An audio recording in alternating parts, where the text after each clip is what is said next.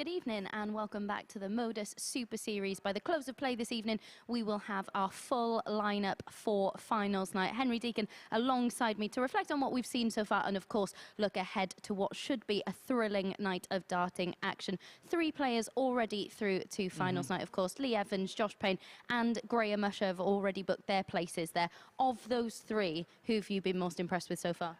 And by the way, isn't it getting exciting now we've got more players in that finals field? I mean, you can't not be impressed with Josh Payne this week. And he had this opportunity because he came in as the alternate qualifier, the best runner-up. He has the opportunity to free roll a little bit. He's taken full advantage of it. But I've said for weeks, and I'm going to continue saying it, Graham Usher, I still think is the man to beat in this field, and I'm not going to change my opinion now. Really interesting speaking to Lee Evans earlier as well about Monday, Tuesday, Wednesday. He said he had a lot of cramp and then he drank a lot of water in order to help him with that side of things. It certainly did on Thursday and today because his finishing was sublime, wasn't it? Yeah, I had a little chat with Lee after the session finished today, and he basically said after the Wednesday session, I'm just going to do everything I can to get myself ready for the Thursday and Friday. He spent that evening, he did what he had to do. He tried to look after his body, tried to rehydrate, do all the things that most sports people would do in that situation to get themselves into the best physical condition to go again on Thursday and Friday. I think when he lost that first game, I think it was to Chaz, wasn't it? We were a little bit worried about him, but the way he come back from that setback, it speaks volumes about him. And look, he's into the final now tomorrow night. He's going to be in imminent danger, and he could be a real spoil and a real live threat to win the 20K. Yeah, and I think it's really interesting that despite it being a physical ailment, he did say because of that, it didn't affect him mentally at all. It must be difficult, even though it's all physical, to not let that niggle away at you. Because you feel as if you can't perform to your 100% best. When you're playing in an occasion like this, and it is, for some of these players, the biggest week of their career, you want to feel as if you are in control of every single element of your game, whether that is your throw, whether that's physical things, whether that's mental things. And if you feel physically you're not 100%, mentally it does put you in the doldrums a little bit, and it takes a lot of resolve for someone to get through that field. And look at the players who haven't qualified for that group. Chaz Barstow, Robert Owen, to name but 2. To get through that says a lot about his mental resolve. It certainly does. 3 more places up for grabs. They will be sorted this evening. Chris Mason, one of the players currently in those places. It's quite interesting speaking to him last night because he did lose his first 2 games yesterday. He did say he started to feel like he was getting cut adrift slightly. It's quite interesting to hear him say that, especially given the experience he has in this environment. But what he did do is I think he used his experience in the last 2 matches, and now because he's won those last 2 games, he's in a favourable position to get out the group and qualify for tomorrow night. And I think you look at the top 2, I think they are through. Darryl can rubber stamp it in game 1, and why would that be a great thing for him just to get it done with without any matter of fuss? But as you say, that's put Mason in a really good position against 2 players in Teehan and Hall who I still think are looking to find a bit of confidence here at Champions Week. And if there's one thing that we've learned from Mace over the last couple of weeks playing is mental fortitude is something he's got in abundance. Yeah, and quite interesting as well. Conan Whitehead put on Facebook yesterday evening, I've got a new book coming out. It's How to Lose a Lead, which I think sums up how he was feeling after that. But so animated up on stage last night. He did tail off quite dramatically, didn't he, in that last game? Do you see him performing more consistently across the board tonight? That's actually what they do in the Dogs Trust Lost Kennels Club, How to Lose a Lead, but that was terrible, wasn't it? But we've got... It started. Marina's actually leaving the building. I can see her exiting before we've got underway. But with Conan, he's the sort of player that can come back from those adversities. Remember, he's the only player in this field that came back a second time and qualified. So he can come back from adversity quite quickly, and he did that last night. He's got a tough opening game, so there is a potential if he loses to Darryl, he's going to have to do that again. But if anyone can do it, yeah, it's Conan. And just a word on Ciaran Teehan as well, because just the 2 points for him, but he'll be looking at some of those. He had so many mismatched darts. He must be wondering how he's still on 2 points. Yeah, he had a lot of opportunities and he didn't take them. And I'm a little bit worried about Ciaran tonight because in those games, some of his opponents maybe didn't play to the level that they may have played in other games. I think he's got to put 4 or 5 points on his average this evening to stand a chance. Yeah, I think we can all agree with that. Right then, less than 5 minutes to go until we get underway on Sporty Stuff TV. Come and join us to see who completes the lineup for finals night.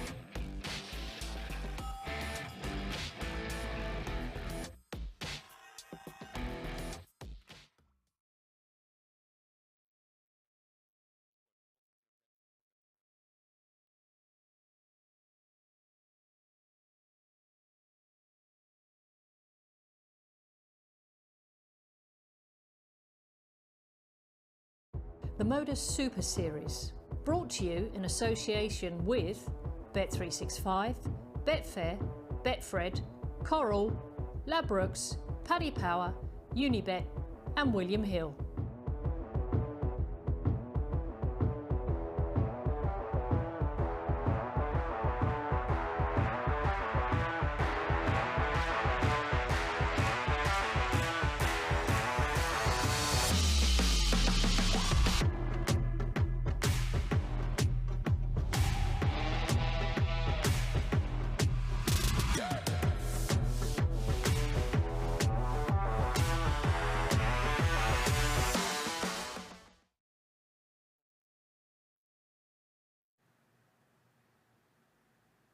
Good evening and welcome back to the MODUS Super Series. By the close of play tonight, we will have our completed field for finals night. Corinne Hammond alongside me to discuss what we've got coming up for you tonight. A really intriguing night of action ahead, it's fair to say. Yeah, I mean, it's all to play for. Darryl was strong and consistent. He was the only player that was consistent all night last night, so he's probably feeling a little bit comfortable, but the rest of it, yeah, it is all to play for, and anyone can get through. It certainly is. Before we tuck into tonight's action, let's remind ourselves of what happened this afternoon as Josh Payne and Lee Evans booked their place in finals night. Here's Henry with the highlights. Chas Barso couldn't replicate his form from Thursday on Friday as he bowed out of Champions Week.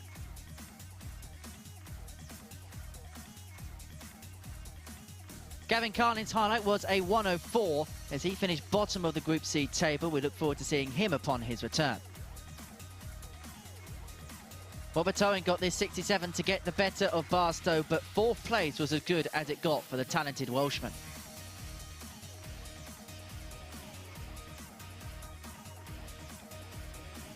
Peter Jakes was on the cusp of qualification but missed out at the final hurdle. This 82 against Gavin Carlin helped him on his way towards third place.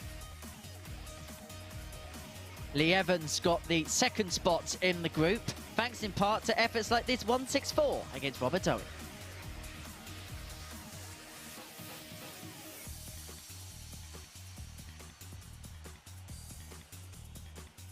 But it was joy for Josh as he topped Group C thanks to efforts like this 152 to beat Robert Owen in the last game of the day.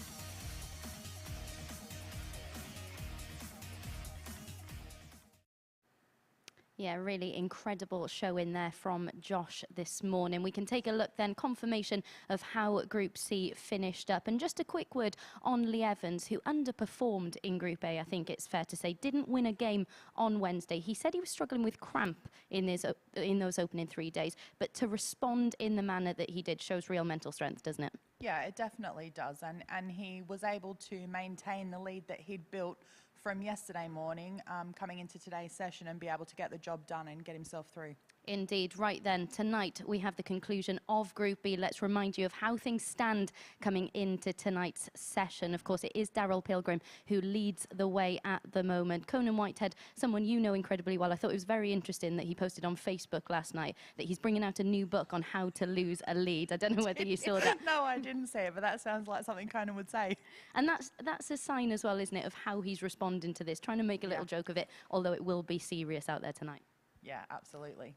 And Chris Mason, a word on him, because it felt like quite an underwhelming night for him, but he's still very much in contention. Interesting, when I spoke to him last night, that he was saying he lost those first 2 games and he started to feel like he was getting cut adrift at the top of the table. For someone with his experience in this field, it's quite interesting to think that he was thinking that way. Yeah, it is actually. I'm quite surprised to hear that he would be saying something like that. I mean, he does have a load of experience, as we all know, but he's never been out of it. He's still not out of it. It's you know, all to play for. Yeah, it certainly is. First up tonight, then we've got Darryl Pilgrim against Conan Whitehead. When these two met yesterday, Pilgrim took out this 110 to get over the line with a 15-dart leg, a superb checkout to end his night top of the league table. A real drop-off from Conan, though, wasn't there, towards the back end of the night? Do you think we'll see a more consistent level from him tonight? Yeah, I think so. I did say to Conan after the night finished that it hit 12 o'clock and he turned into a pumpkin, so because he was, you know, playing exceptionally well in his first couple of games, and then the last two he lagged. So, I mean, he's taken that on board. I think he's prepared a little bit differently today, so I expect that we'll see him be able to maintain the same level all night. And for him, I'm sure he's hoping that it's a good start. Right then, let's hear what the Pumpkin had to say before this match. He caught up with the guys backstage. Conan, Friday night at the Super Series, last chance saloon for finals night of Champions Week. How are you feeling ahead of the action?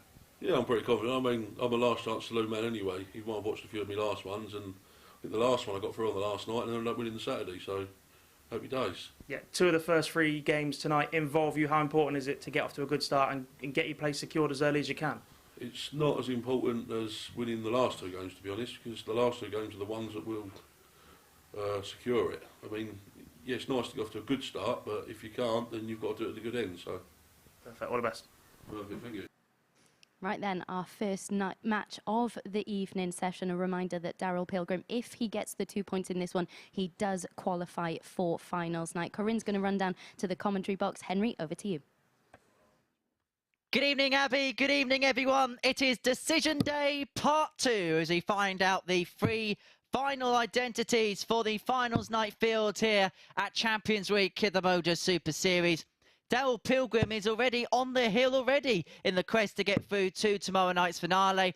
Conan Whitehead is the other player who is in prime position to get himself into tomorrow night's showpiece occasion, and the £20,000 first prize would be within his grasp. For Darryl Pilgrim, the 35-year-old from South Croydon, the Flying Eagle, had a flying night yesterday. He won all 4 of his matches. He's also come tumbling in the betting in terms of winning the week altogether. Conan Whitehead, the 36-year-old from Raynham, took advantage of a second opportunity to make it through to Champions Week. He won in Week K after previously missing out in qualification. It's Pilgrim who has the darts, and if he wins, we'll know the first identity into the finals from Group B for the first game of the evening.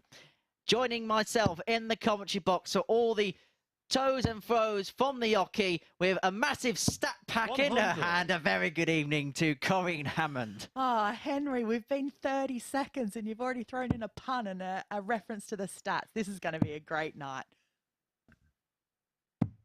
Couldn't think of anything better. No, definitely. We are living the dream here at the MODUS Live Lounge. Indeed we are. Conan Whitehead then kicking off with a ton followed by a ton 40. So 2-6-1 after 6 darts. Pilgrim's also had 6. He's thrown first in this opening leg. 60 followed by a 58 means he's on 3-8-3. He follows up with a 1-3-4. So he's now on 2-4-9 compared to Whitehead's 2-6-1 in this opening leg. 140. So Pilgrim on 2-4-9, Whitehead on 1-2-1. So he is first to a finish, and he will be on that upon his return. 96. Conan, you require 121. So 1-2-1 for Whitehead for the opening leg. Downstairs, 101 remaining. So Trouble 17 would have left himself a dart at the bullseye. Darryl, you so Pilgrim now 153 he wants. Whitehead on 83. And so upstairs first for Pilgrim. Head down for 19. And so Pilgrim 83. left on 16. Whitehead wanting 83 for this opening leg. The bullseye. Game shot on the secures the opening leg of the evening for Conan Whitehead. He leads by a leg 2-0. And we're just sorting out a couple of issues of our graphics. So I'm going to head back into the commentary box, and Corinne, as you can see, is looking so at home here in the commentator's box. How have you been enjoying the last couple of days? Yeah, it has been fun, actually. I mean, I love listening to your stats, Henry. That's really made my evening, as I was saying yesterday. But no, I think we're in for a great night tonight. What a fantastic bull shot from Conan. I think I mentioned a couple of times how he was nowhere near it last night, but certainly got his act together already tonight. Must have given him a pep talk this morning. I think it was the reference I told him about being a pumpkin after it turned midnight last night. So, yeah, he's obviously thought about that and thought he doesn't want to do it again. Well, you mentioned Conan Whitehead being a pumpkin, but which one of these darting Cinderellas are going to be heading to the bull tomorrow night? Oh, Henry, you make me laugh. 140. Oh, another great start there from Conan. What's that? 3 140s already in this match. Only a leg and a bit in. But 3 from 5 go through. Do you see the top 58. 3 being dislodged? I don't know. I think we're going to see a different Graham Hall tonight, if I'm honest. I don't think we're going to see a repeat of last 60. night. Same with Ciaran. He was unlucky in a few games too. So, yeah, I definitely think it is all to play for. I think I would be really surprised if Darryl doesn't get through, to be honest. I mean, he gave himself quite a comfortable lead after 58. the end of last night's session. So I'd be surprised if he loses it. He could go through following the end of this game. 10 points in Group B means automatic 100. passage through to Saturday night's final. At the Live Lounge, which you can tune in tomorrow night on Sporty Stuff TV from 10. And do stay tuned as well, of course, the MODUS Super Series 82. YouTube channel for all the live coverage, plus exclusive interviews and bonus behind-the-scenes content. 100.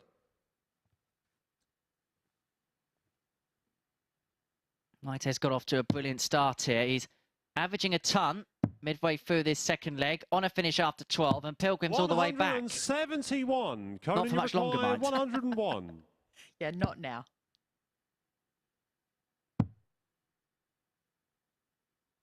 Game shot on the second leg. Can't believe Conan Whitehead. 2 legs in and 2 fantastic finishes from Conan. He really does mean business tonight. He's proving that he Third may leg, be it's the Darryl to man throw for the first. job. Game And on. Darryl Pilgrim, who can secure passage through to the final tomorrow night with any victory at any juncture this evening, has got work to do if he's going to do it in the opening game. But once again, the 177. cover shooting is spot on from Darryl.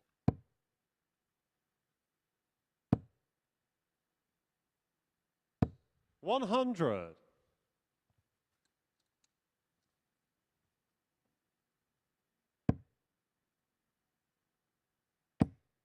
Now things get interesting. 140. We're saving the 9 data for tomorrow night, Henry. It's already been decided. Can you whisper in my ear what 100. game, just so I can prep myself? No. You can be just as surprised as everyone else. 100. Really good leg from Darryl, leaving 84 after 9, and Whitehead all the way back on field. Not that he'll mind too much, because this is with Darryl's darts, and he got the break in the opener. 140. Darryl, you require 84.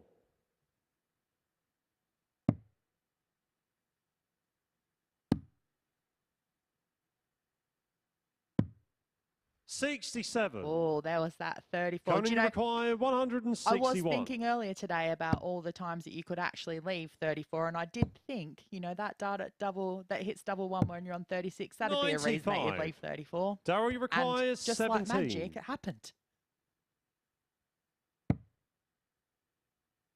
Houdini commentary Game from shot on the Corinne third Hammond, leg. and Darryl Darryl Pilgrim with a magical finish to make it 2-1. And you won't be surprised to know that was Darryl Pilgrim's first dart at double Fourth leg, it's 17. Conan to throw first. Can always rely on you for a random stat. We've got some double 38. 13s, double 11s, double 15s if we need to go there at some point this evening. How many darts has he had at double one? Conan has had 19 41. darts at double one. It's got 6 of them, so it's got 31% strike rate. 2 players actually have a 100% record in the Madhouse, and that is Chris Mason and Graham Hall. 140. I'm not sure if that's a record you want or not, though. Well, I think you probably would, because double one's an awful double. No one's going to say that they like it. So to be able to hit it first start is great. 119. It's been an excellent opening game. Let's show you the averages again. 96.7 for Pilgrim, 100 for Whitehead. 100. Whitehead's scoring has been absolutely imperious. There's the power pack on your screen now. 40. And that's the reason Whitehead's in front, because those scores of ton plus and ton 40 plus. It's just meant that he's been a visit in front, really, in most legs. 97. Yeah, absolutely. He'll be really disappointed he hasn't hit 180 yet, though.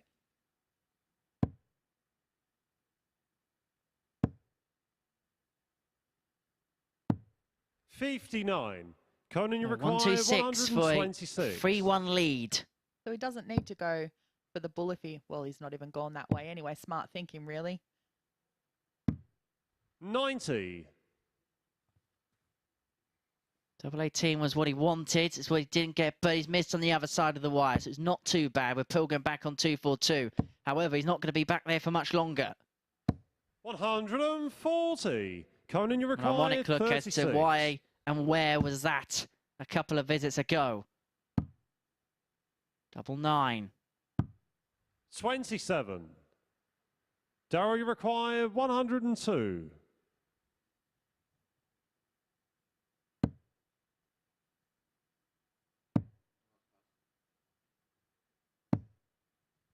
$46. Conan, you require 9. Double 4 for a 3-1 lead. Game shot on the Double 4 fourth is leg. pinned for a Conan 3-1 lead Whitehead. for Conan Whitehead, and he's a leg away from sealing the opening victory, and it would mean that Pilgrim's rate for progression goes on. Fifth leg, it's Darryl to throw first. Game on.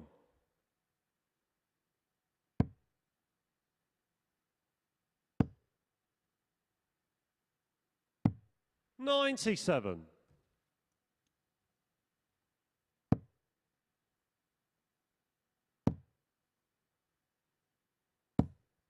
$56.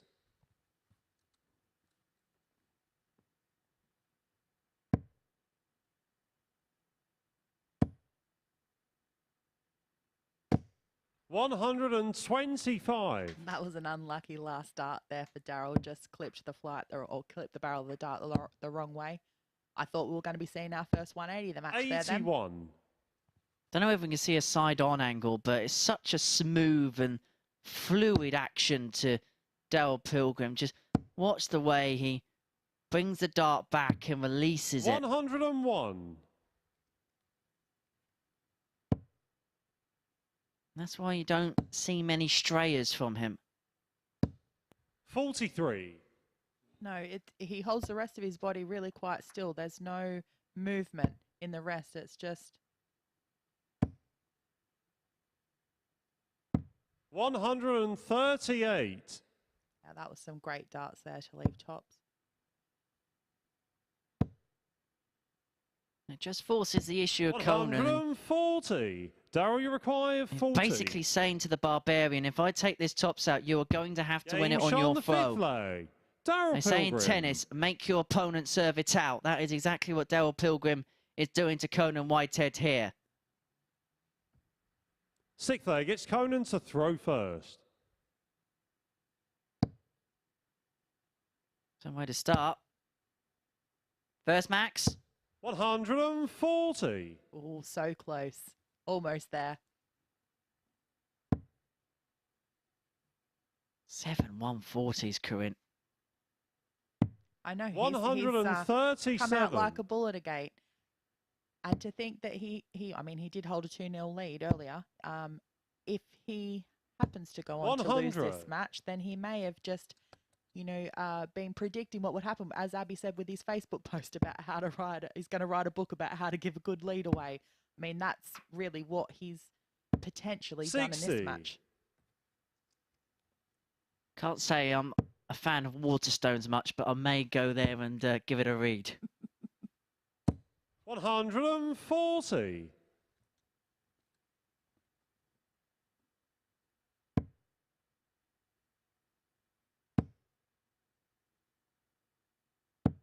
$98. Conan, you require 121. To claim the opening win of the evening.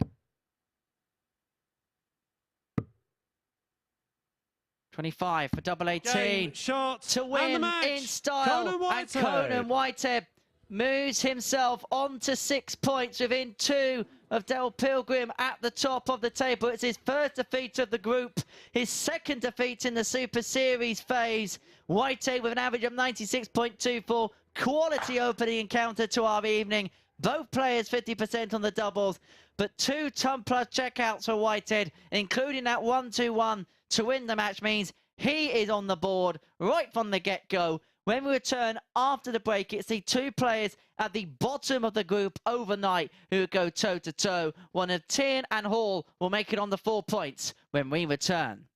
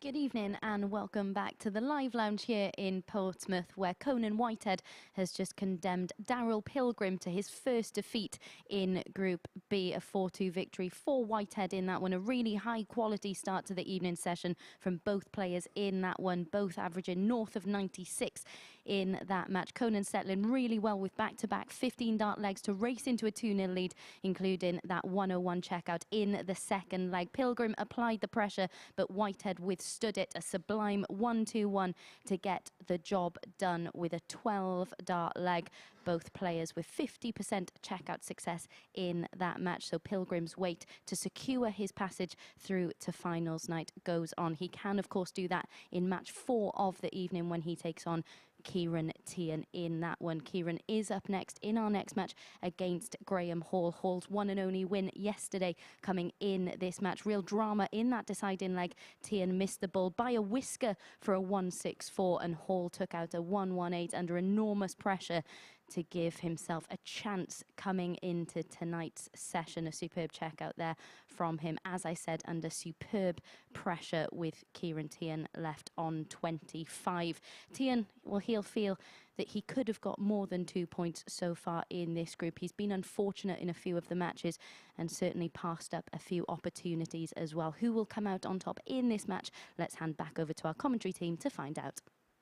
Thank you very much, Abby. And you sense for these two players, their first game of the evening may well prove to be the most significant. The loser, you sense their chances of progression will be dangling by a thread. The winner can get themselves level on points with Chris Mason in that elusive third spot in the Group B table. Ciaran Teehan was the first ever winner here at the Live Lounge in Week 6. He takes on Graham Hall, who was so close to qualifying through Group A. He was top of the table for the most part, but was pipped at the post by Graham Usher in the last game of the group. It was game 45 of 45. As for Teehan, the 23-year-old from Cork in the Republic of Ireland, a PDC tour card holder between 2020 and 2022. He'll be looking to get back onto the Pro Tour via Q-School next year, but his priority and his prerogative here is to pick up the first ever Super Series title, and with it a cheque for £20,000. Graham Hall, the questions are for him how he's going to respond to last night on the back of the disappointment from Wednesday. 100. I think the answer from the get-go is, well, it's a new day, new night, and we'll see how it goes. Exactly. I do really think we're going to see a different Graham Hall tonight. I mean, he can't afford 45. to repeat the same performance from last night. So, yeah, I mean, he's off to a good start so far in this leg. So let's just see what happens. 100. It's absolutely crazy to think that he was only one game away to qualify straight through to Saturday, and now here he is sitting at the bottom of the table in Group B. It's amazing. One game. 41. One leg as well, because that final game went 4-3. And you can imagine why he got a little bit, well, maybe not despondent, that's probably not the right word, but you can imagine why maybe there would have been a little bit of effect going into Thursday's session.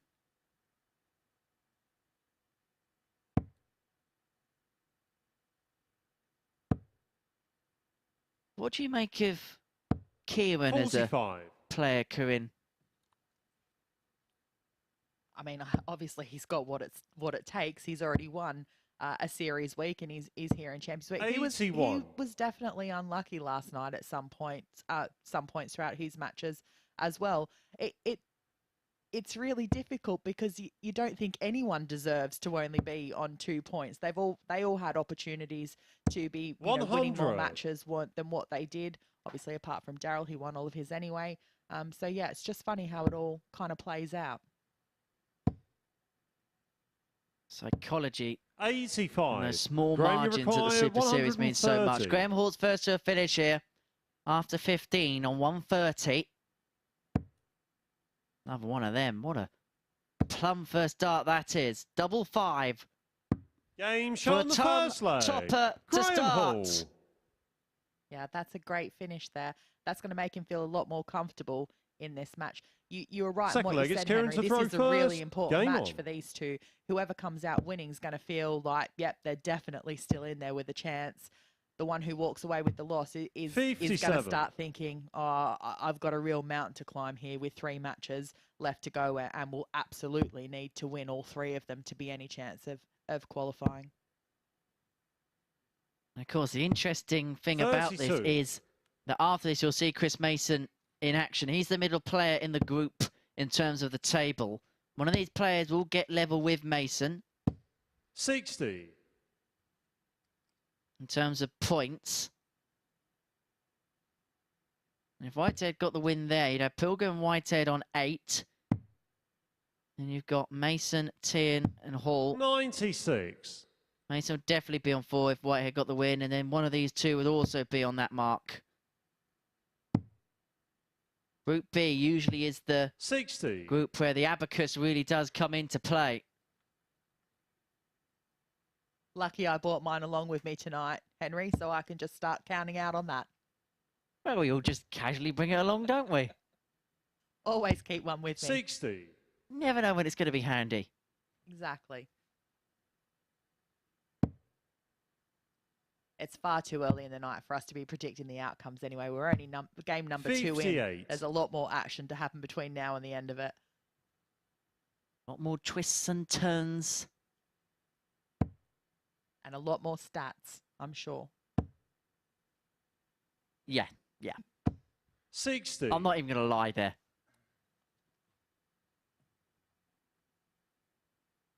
Tell you what, I'll give you an intriguing stat game.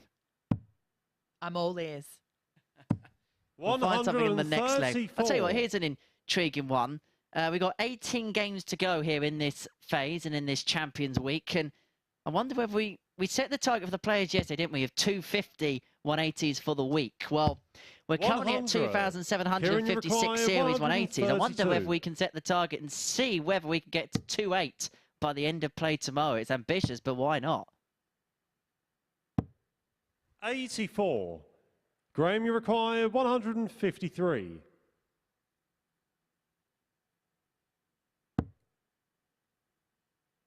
On his first leg with a ton-topping checkout, he will not do the same in the second. 93. Ciaran, you require 48.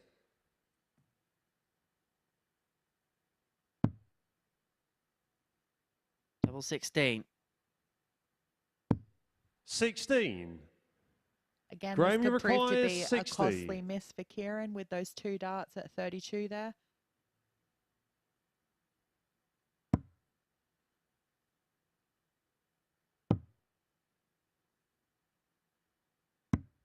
$20. Ciaran, you require 32. But he's back again for it after Graham only gave himself 1 dart at a double there with that Game first shot dart on the second leg. Makes no Ciaran mistake this Teehan. time to even it all up. But that was a holder throw anyway, so back on track. Third leg, it's Definitely Graham back to throw on track. first. And he would have Game felt on. for a second there, a little bit nervy. Graham Hall looked as if he's going to be in a position to double up his lead. You just get the sense, 60. the way this game is going. They are both trying to find some kind of confidence, both trying to find something. And I just get the sense that they won't care how they get 81. over the line. They just want to get a win, get their night underway, and still feel they're in the race. They know where they are in the table. They know what this game means. So absolutely, there is stress and tension in this match because 96. neither of them want to walk away the loser, because that, as I was saying before, puts a great mountain in front of them if they want to have any hope of being able to qualify through to finals night tomorrow. 125.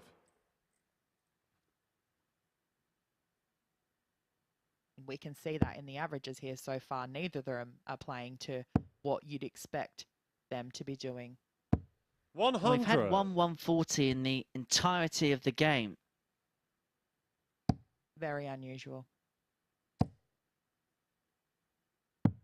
123.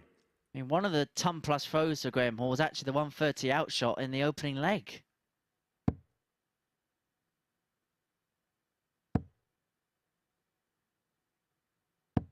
100.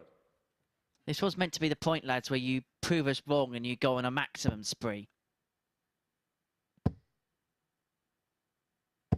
100. I'm not Graham, quite you sure they require can hear us from 145. here. Henry might have to speak up a bit.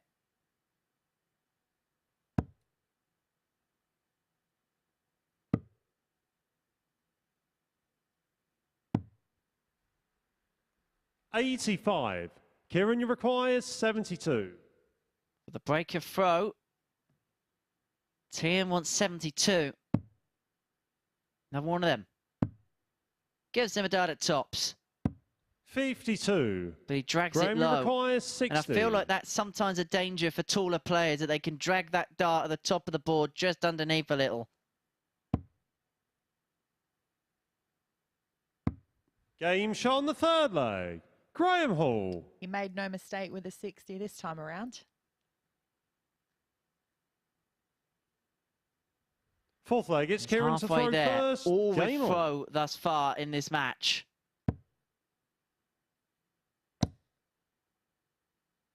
Our first Max no decides to run for cover. 141. But it is another 140 plus throw on the board. Only our second of the game. Graham Hall actually has a 41% accuracy rate on tops in this phase, so it is one of his most favoured doubles on the board. 58. Actually, out of all the doubles, if you take out double one, that's regularly gone for. Double four seems to be the one that is, sorry, double eight is the one that seems to be the most helpful. He converted 10 out of 21 going into tonight's session, so he likes it on that side of the board.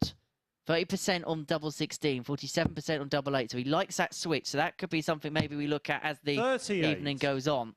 I'm fairly certain, Henry, that he likes whatever double goes in. He doesn't matter what side of the board it is or what number it is. As long as it goes in, he loves it. Basically, my stats are irrelevant. That's pretty much what I'm trying to say. 95. Where's the shredder? We've got the opportunity for a big fish again.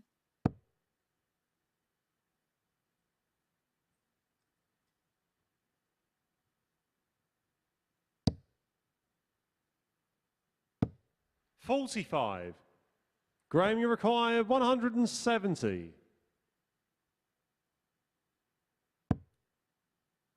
Too early in the night for the big fish. Maybe later. 58. We saw a couple of weeks ago Gavin Carlin knock Lucas Venig out of this competition with a 170 finish. 137. Graham, you Excellent require visit for Teehan, and that 112. piles the pressure on this 112 for Hall, who's threatening a break.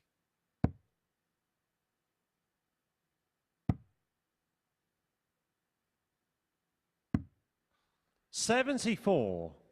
Goes just the other side. Ciaran, you require 82. So to keep hold of his throw and to level us up again.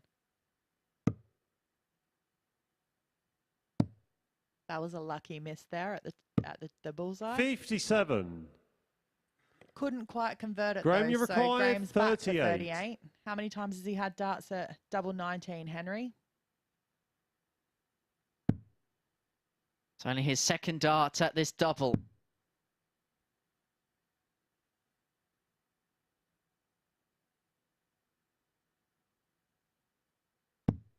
No score. But he now has a strike rate of 1 from Ciaran, 4 on that double. 25. Ciaran Teehan wants 25 to hold. Graham Hall has had his opportunities. He's had 4 opportunities to break the throw of Ciaran Teehan in this leg. They may have come and gone. Double 4. Game shot. Crucial final dart. Ciaran Teehan. And it stems the tide in this match. It keeps Graham Hall at bay. Fifth leg, it's Graham He could have, perhaps first. should have been throwing Game for the on. match at this juncture, but he has to go back to the world. It's the best of 3, and maybe we're going to get another one of those last leg deciders in this group. 54. That is a possibility. And look, let's be totally honest here, Henry. Whoever walks away the winner of this game, they're going to have to pick up their standard if they want to get any more 25. points on the board, because at the moment we're not seeing the kind of darts that is going to get them through to finals night from either of them. Now, this is a time when the stats genuinely do come in handy because they are playing well below their level for the last few weeks. There's stats for the series. Graham Hall's 66. overall average is 91.83. Teehan's is 87.12. They're a good 12 to 15 points down on that in this particular game. 97. And that just goes to show the tension in this match. As I said, they both know where they are. They're on the same amount of points. They know whoever comes out of this, the winner, is the one that's going to have a better opportunity to be able to qualify through to tomorrow night. 140. Is the fear that this could become infectious, though, this level as the night goes on? I don't think so. I think from the winner, you're only going to see improvements as the night goes on. Because and there we have the first 180. You're going to see the improvement from the player that comes out the winner, because they're going to think, right, I got that one under my belt. I need to go on and I need to improve. And they're going to know that they would need to improve. 100. And we'll just continue to get better.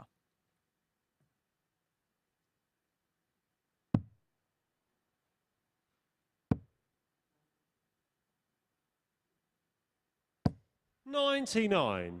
Graham, you require 141. Brilliant last start for Teehan to leave him on a ton, but he may not get a go. Double 12 for the 141. Game shot. Double 12 pin for the 141. Hall. And that could be a game changer for Graham Hall.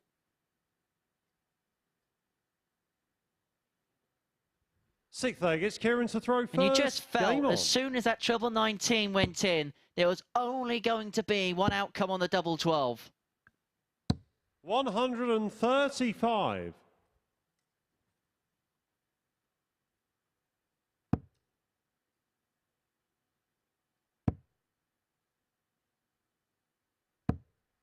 $60. Well, this is really make or break for Ciaran now, this leg. He's either going to put it to a decider or he's going to be walking off the stage with not 24. earning any more points.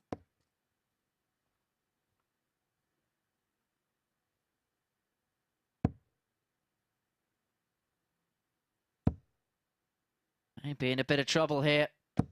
121. But that's happened a few times, hasn't it, in this game, where we've seen a couple of troubles, but then a stray dart, even in the middle or the end of the visit. 99. Maybe a rushed third dart. I mean, there have been a couple that have deflected off the barrel or the flight there, but, you know, that last dart there from Graham wasn't a well-thrown dart. 92. Can that be a rush of the blood type moment? I don't know, maybe. Maybe he was thinking he was going to get his first 180 of the game. 59. Don't know. I'm probably sure that he's not really thinking about that. He just wants to score as heavily as he can to get himself down on a double so he can hit it and walk away the winner. Tunnel vision. Yeah. 140. He's given himself a great opportunity. He'll be back for 88 to close out the match.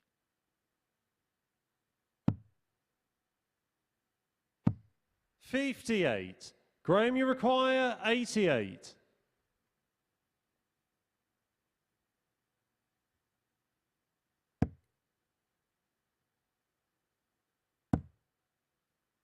Oh, those single numbers, Henry.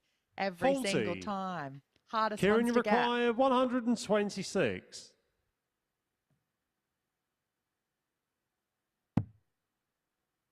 Another. 90. Graham, you require So 48. Graham gets his chance. He does. What's he going to do with it? Is he going to end up with double 8? Gone straight for tops. Game, shots, and the match. And double 10 will do the job for Graham Hall as he doubles his points tally. He is on to 4 points, and for Ciaran Teehan, he has got it all to do from here. These are the stats: an 82.09 average for Hall, 80.36 for Teehan. Both know they're going to have to improve in their next matches. That highlight being a 1-4-1 for Graham Hall, with Teehan potentially teeing up the break of throw to go 3-2 in front. And so for Graham Hall, a 4-2 success in his first game of the evening. Chris Mason is the only player we haven't seen so far this evening. That's going to change after this short break as he takes on Conan Whitehead.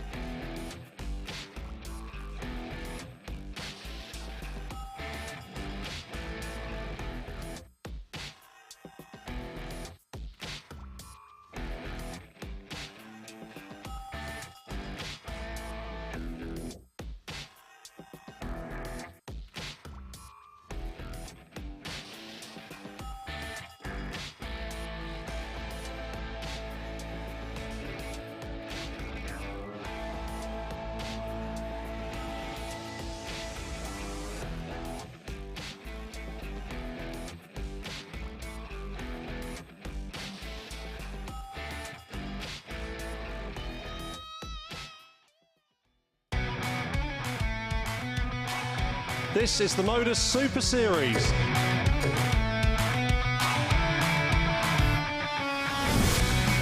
$180.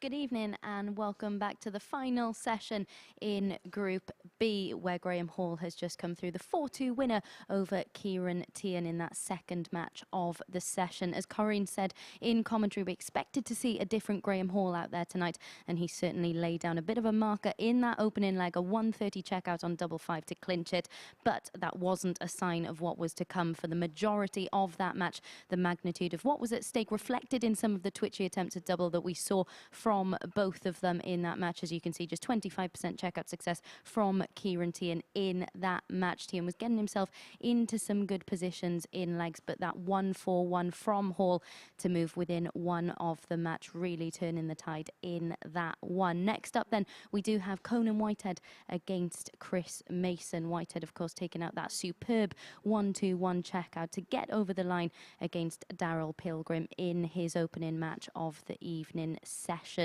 As for Chris Mason, of course, he ended last night's session on 4 points, and he took out a superb checkout of his own in yesterday's action. That 1-3-2 was a real highlight of the session, wasn't it? Here we can see it, how he managed to get through to the bullseye to complete that 1-3-2. A really sensational dart. We can see him moving across the oche there just to see enough of that bullseye to pin it, which he did, to level things up against Conan Whitehead. A superb checkout from him. And when I spoke to Mason yesterday, he actually was saying that he's very much aware of how much he struggles in the opening match of sessions. So it'll be interesting to see how he fares in this one. Let's head into it then and head back to our commentary team. Thank you very much, Abby. Chris Mason will be hoping that those woes at the start of the session don't continue and that he can reassert his gap towards those placed 4th and 5th in the table respectively. If he does, it makes things very interesting because it put him on 6 points alongside Conan. Graham Hall will be back on 4 and Darryl Pilgrim would still not be safe on 8 points. If Conan Whitehead gets a win, then he'll move on to 8 points. He'd have a 4-point gap on Mason and Hall, level on points with Pilgrim, and will put him in a very privileged position in the group. And I wonder how much the advantage of playing already and winning already is going to help Conan. Game on. It's going to give him a lot of confidence, especially considering how well he played in that first match there. I mean, there were a few missed starts at doubles, but on the whole, it was a fantastic game. 100.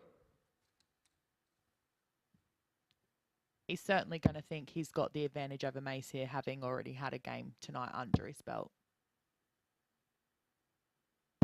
60.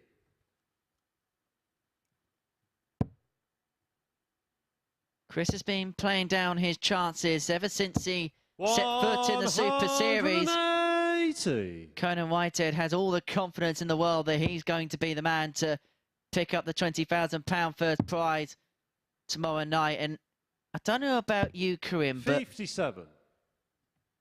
That just tonight feels as if there's a real seriousness about what's about to happen, and that the magnitude of what is at stake tomorrow really has set in.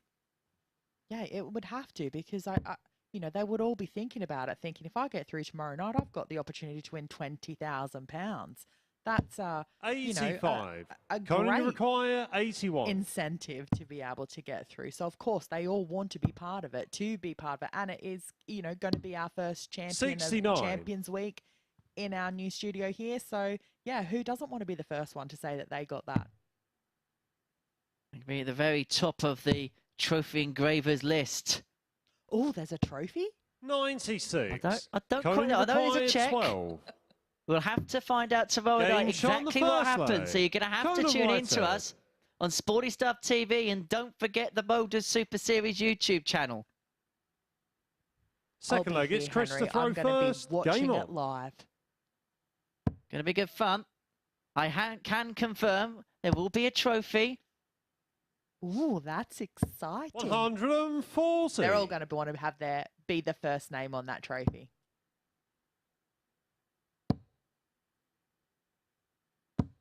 $100. And looking forward to that tomorrow night. We have Nico in the commentary box. 60.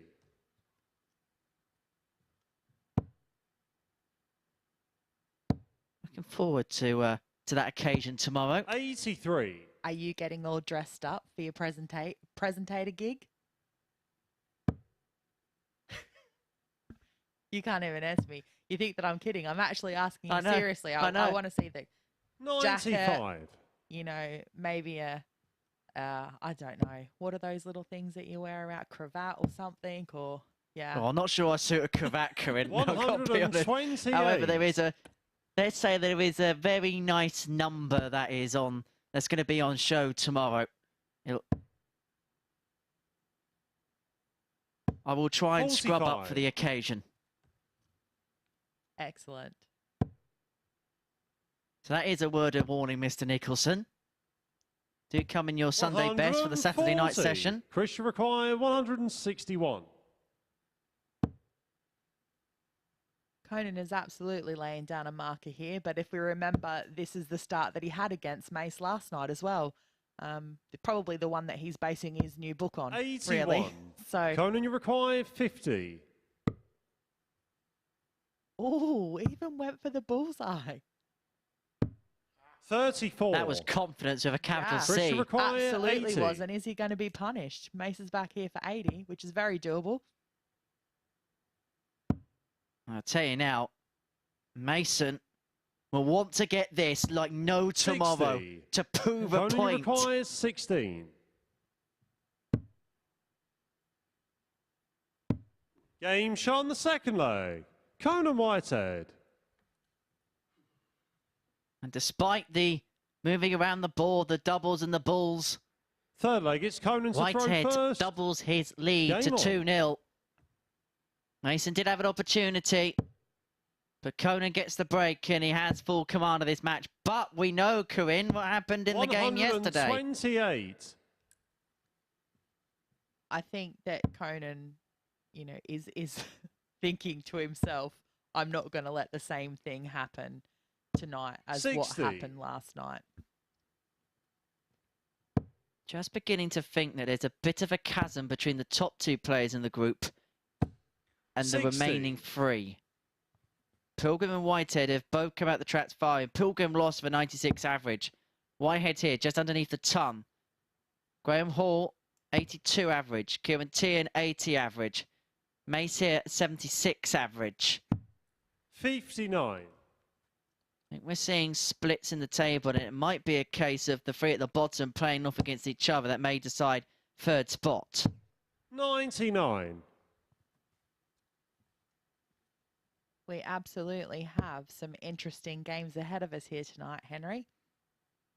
If Conan walks away with this match, then it's going to make the next match that Mace has 60. against Graham Hall another really interesting battle.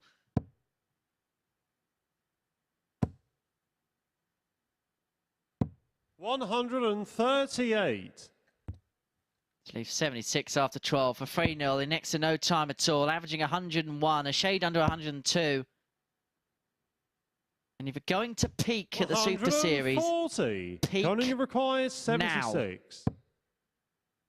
16, double top. 56. He's going to return.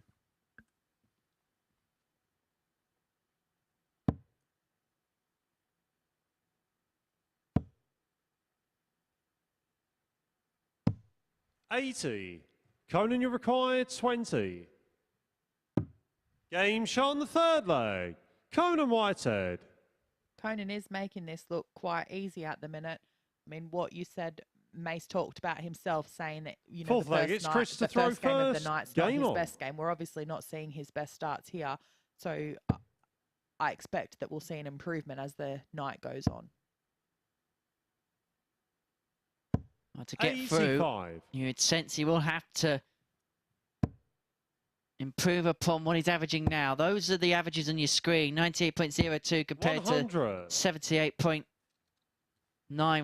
And that goal from the averages represent why Whitehead has a 3-0 lead. And in terms of the scoring phase of the match, Chris Mason 57. hasn't had a ton plus yet, but has had 2 140 pluses, whereas Whitehead's power pack is split quite evenly. 180. It's not that Mace hasn't hit a number of treble 20s or 57s. He has. He just hasn't been able to get the three together. Lots of 85s or 81s. 60. Or, yeah, not being able to get those tons, which is what he needs. I mean, with Conan scoring this way, he's powerhouse scoring. So Chris really needs to be able to 140. match it. Maybe too little too late, though, with Conan coming back for 81 to close out the game. 96. Conan, you require Potentially close 81. out with an 11 dart leg.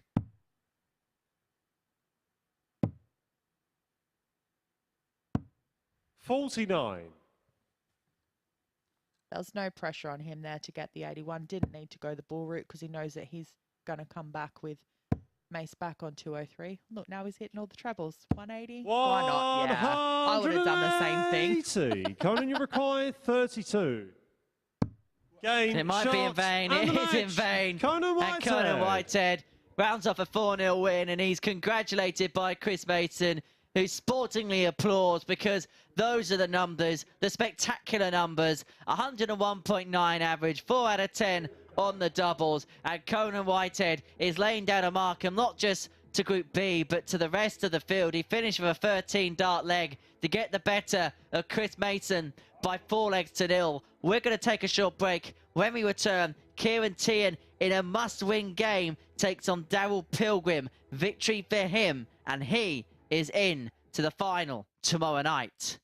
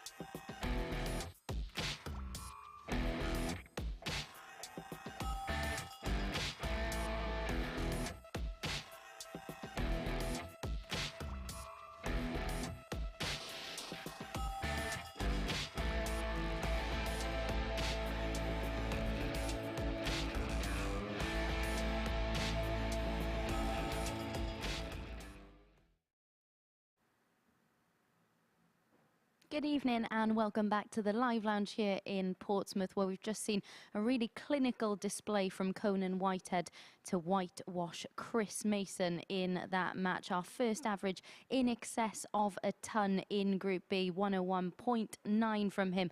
A really sublime display in that one. Whitehead with a 13-dart hold of throw to get the first leg on the board, and from there he really mortared, didn't he? Capitalising on a cold Mason playing tentatively in his first game of the day, and so far it's really Whitehead who's setting the standard on night 2 of Group B.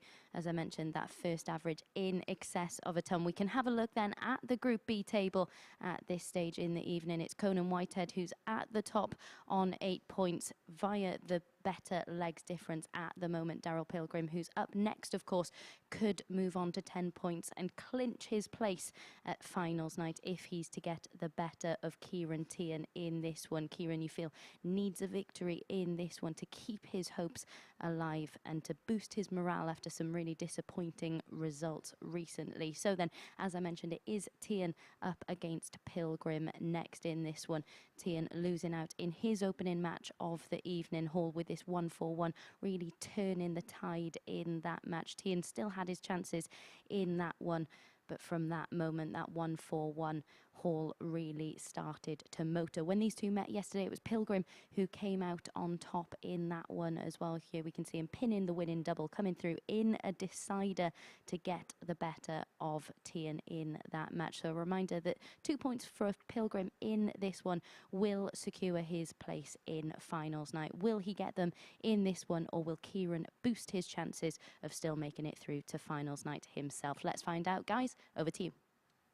Thank you very much, Abby. Pilgrim can progress with victory here against Ciaran Teehan, who needs the win himself to realistically keep his chances afloat of qualification for finals night on Saturday evening, because he knows that after this, Hall and Mason will go toe-to-toe. They'll make it on to 6 points, 4 points behind Teehan, who then only have 4 points left to play for. So his chances are dangling by the proverbial edge.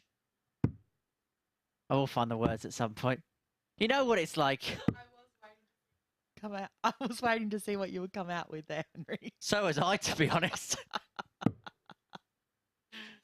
Fred, that was the word I was thinking of. Fred. You got there in the end. First leg, it's Ciaran to throw first. Better late than never. Game on. I think we're going to see what Ciaran's made of this match, because as you're saying, it really is like a, you know, do or die situation here. He desperately needs a win.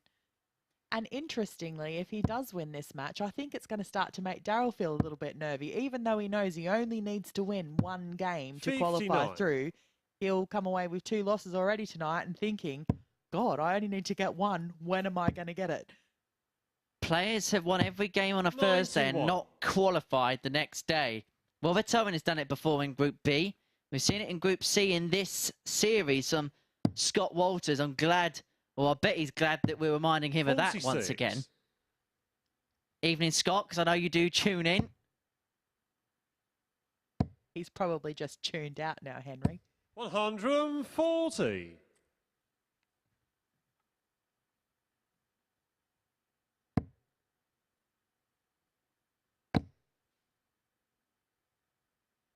$140. Ciaran, you require 130. Another one of them. No, decide to move across the treble 18. 80. Well, there was no pressure on that shot. Didn't really need to go, you know, for another treble or the 20 to leave the ball, because with Darryl back on 256, knows that he's coming back. Ciaran, you require 50.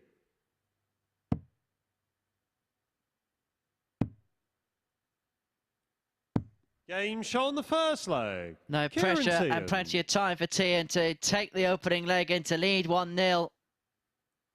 And already this looks like an absolutely Second different leg, it's dart Darryl player to throw first. Game on. than what he was in his first match.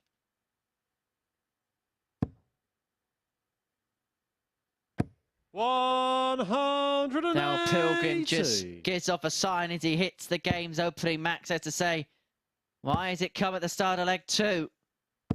60. Oh, may we see another one And that would improve his mood dramatically.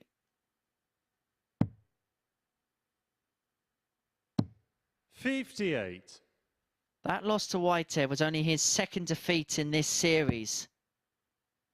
He was only defeated once en route to qualification. That was in week 4. He got the better of Josh Payne, 4-3. In the final, they could make acquaintances tomorrow night because Josh Payne is there.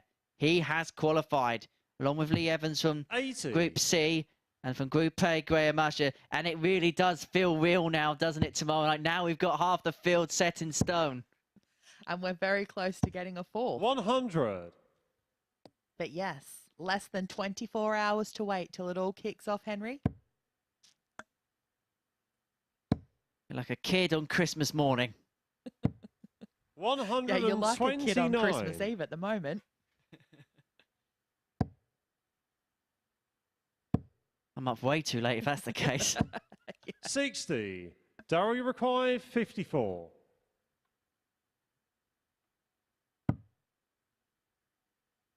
Tops to level us up.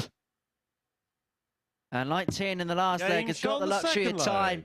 And it really has been comfortable on the throw thus far in the opening 2 legs of this match. Pilgrim levels us up at 1 apiece. He is 3 legs away from qualification for tomorrow night.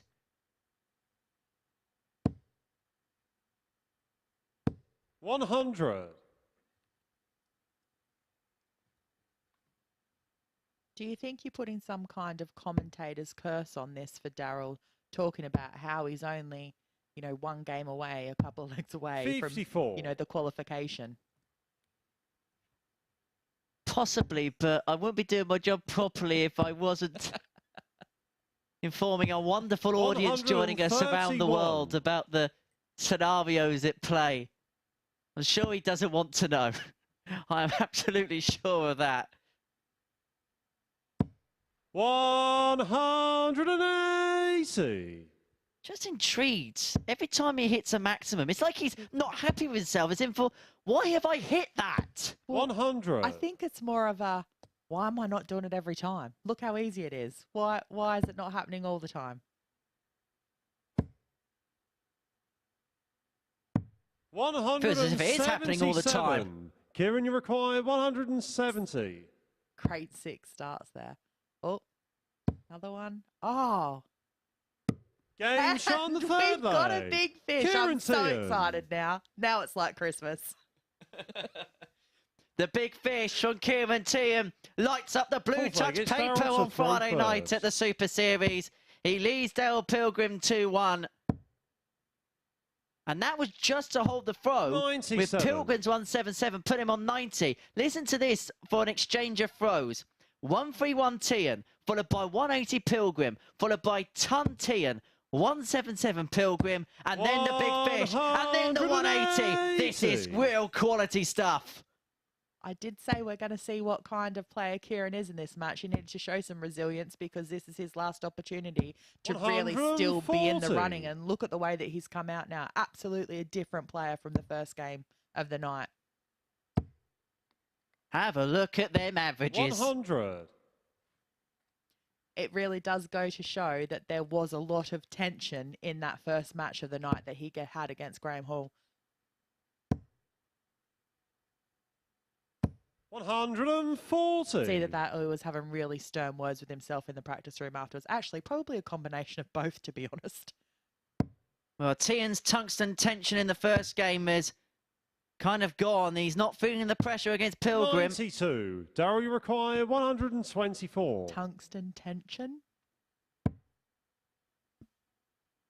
Oh, it's not even midnight yet, Henry. 42. Ciaran, you require 129. Not even halfway through the night yet. No. Wait till we spend a full week together in the commentary box. 64. I'm not sure I could cope with Darryl, that, you to be honest, require Henry. 82. 82 for Pilgrim. Missed the big number. Single numbers again. 42. Ciaran, you require 65. Snatched his darts out of the board then, really not happy with himself.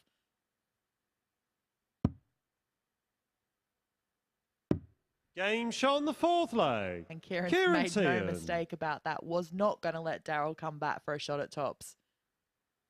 And there lies the breaker throw for Teehan in Fifth leg, it's 15. Ciaran And to throw first. Game on. suddenly, if Teehan can get the win here, it makes things ultra interesting. Uber interesting. 180. Uber incredible from Ciaran Teehan.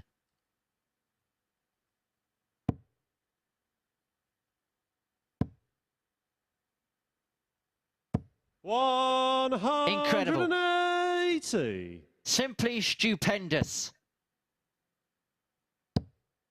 I have no words. 100. You just have. You just said you had no words. Oh, let's just watch the darts, Henry. 91. Good idea. Because they are treating us to a fantastic game here. 140.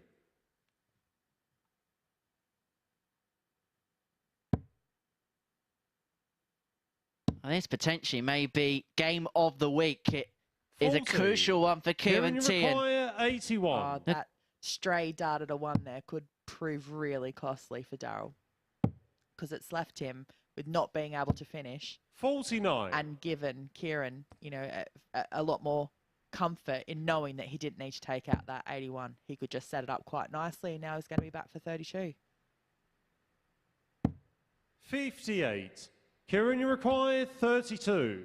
Double 16 for Ciaran Teehan. Game, To seal a shot, crucial and the 4-1 match. victory for Ciaran him, Teehan. which puts him on 4 points and makes things very, very interesting indeed in the race to progress through to finals night. And that really was the quality game of the week so far. 101.6 average for Teehan, 96.81 for Pilgrim. That's dropped just from underneath the ton. 4 from 6 on the doubles for Teehan, including the brilliant Big Fish finish. And he is on 4 points. Things get interesting because our next game could decide a lot in the race for third place. It's Graham Hall up against Chris Mason. One of these players will get on to 6 points. Things are getting tasty in Group B. Let's see what the next twist and turn is going to be. That's coming up after this short break.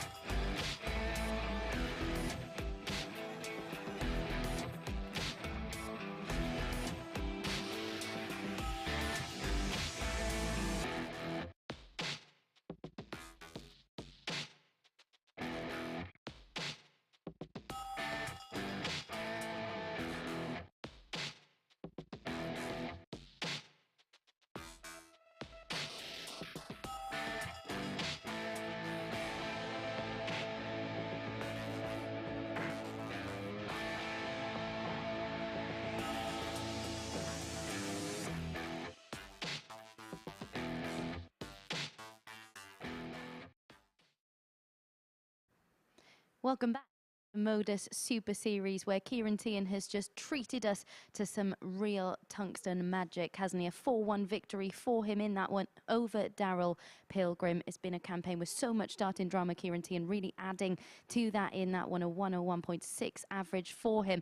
A sublime display all round from the Irishman, but in leg 3 to crucially hold his throw, he reeled in the big fish. A real show of quality and maturity from the 23-year-old after so much frustration in previous games, and the really pleasing aspect from that one, 4 out of 6 on the outer ring, an aspect of his game that's really let him down in previous matches, but a real clinical display from him in that one. As I mentioned, it has been a campaign with so much quality, so much darting drama. Let's take a look, shall we, of some of the highlights from this phase. Know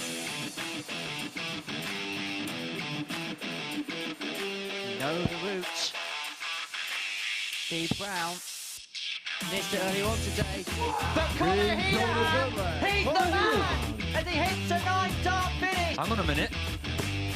Biggest finish of the week so far. What a shot from Ryan Palmer. There's one of them. There's the other. What a way to save the match! Bullseye. Ball 167.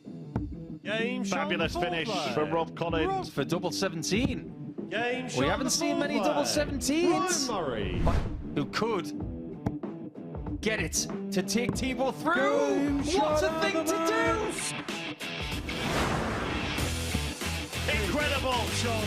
Absolutely sensational stuff.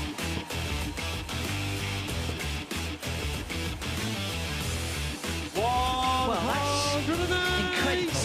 Finesse is also there. Lee Shulman is out. Brilliant from Kevin Painter. So is it going to be the story of all stories? Tops. Game shot and Super Series. Mate has played his aces and he has qualified for Champions Week.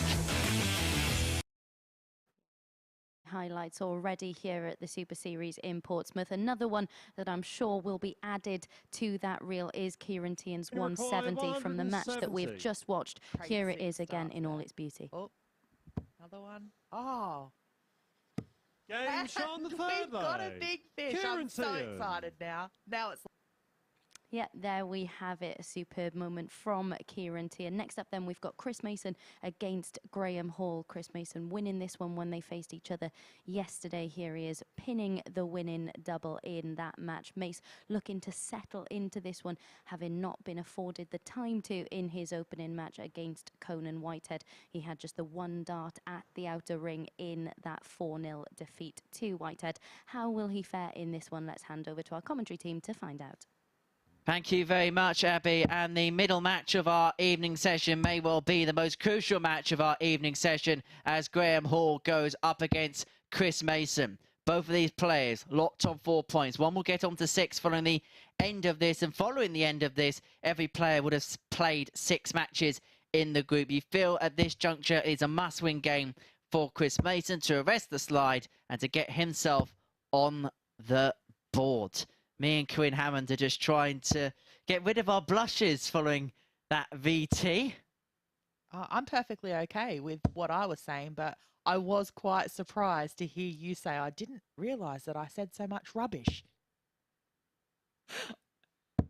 Obviously, you don't go back listening to yourself. First leg, it's all the Chris to time. throw first.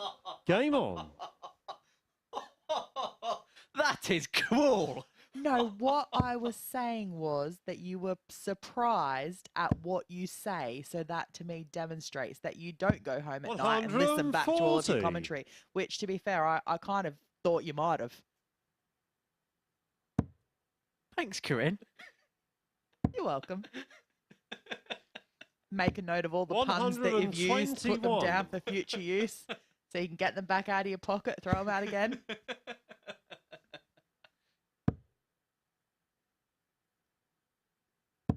81. I suppose it was a backhanded compliment. Okay, we'll say that. Yeah. We seem to be saying every match this night is becoming a crucial match, but It really is turning out that way with the way that the games have been going. Every match is crucial. Everybody needs to get those points to be able to qualify for tomorrow night. The storylines are developing, aren't they, very quickly? 135. Are we saying that this is becoming an episode of EastEnders or something?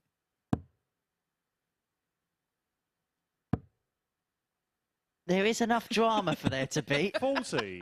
Chris require 145. I was trying to think whether I could come up with a reference. I thought, you know what? No, let's not go there. Because the drama could be in the first leg with Chris Mason getting a 145. That won't happen. 93. But Graham Hall could get the 160. Graham require 160. Another one of them. 140. Christian require 52. Not to be, and let's see if he'll be able to return for that 20. Not if Mace has got anything to say about it. Oh, down for the double 10. 32. Ooh, right on the wire there. Graham, you require 20.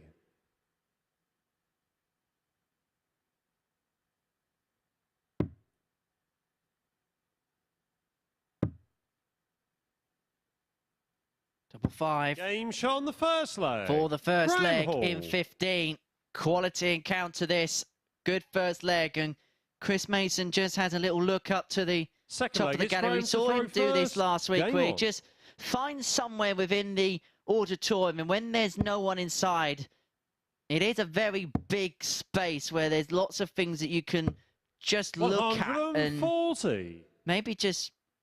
And I suppose you would know that when you're playing on the big stage, sometimes you just want to find something in a crowd or just something just to hide 95. sometimes at times. I don't know. Personally, I'm not that person. I don't like making eye contact or looking at anyone when, you know, you're playing whenever there is kind of a crowd. I just, you know, keep to myself 57. to myself. He was probably more reflecting on the fact that he missed those 2 darts at a double and gave away his darts, really, because that was a breaker throw there. So, yeah, now he needs to be able to break that. 135. As we were discussing yesterday, a break is not a break, we have to hold. Exactly right, Henry. I'm glad that you're paying attention and you've remembered that fact. 134. You can put that in your stat pack. I'll add another page. To the other 94. I'll put it underneath the amount of double 13s that have been hit in the history of the competition.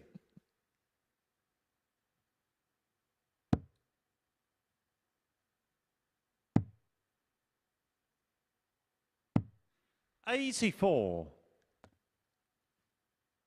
Graham will be back for that 86 with Mace behind on 212, but he's hoping to get it right down to a handy little double. Won't be a double, but could be a tidy 98. Finish.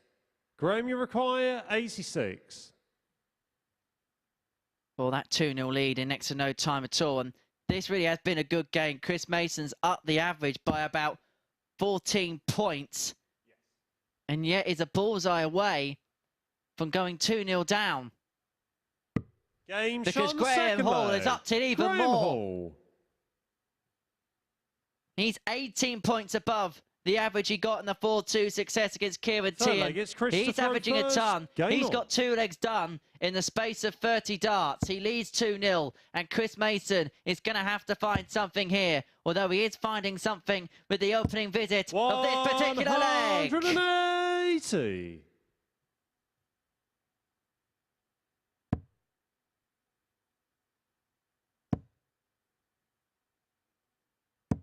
$83. Mace famously had a 9-darter against him when he played Phil Taylor at the match play. That's 20 years ago now.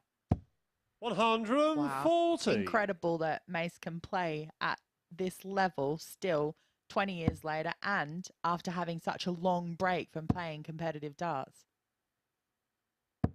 45.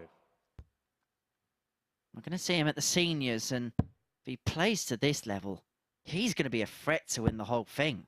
A real contender, absolutely. 100. Goes on playing like this, he may see less of the commentary box. I think he quite likes his little commentary box, though. 59. Chris should require 81.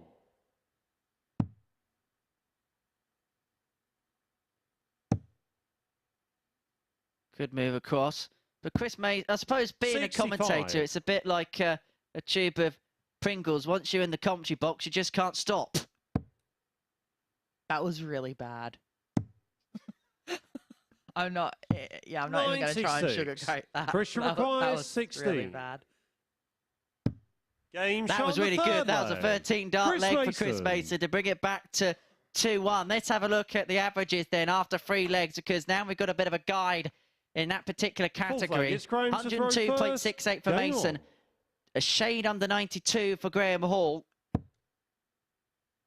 They're going to go up if he keeps piling in the trebles. 100.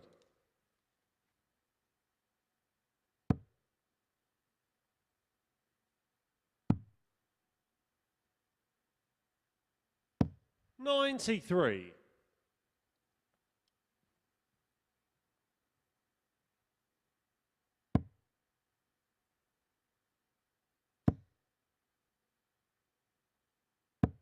100.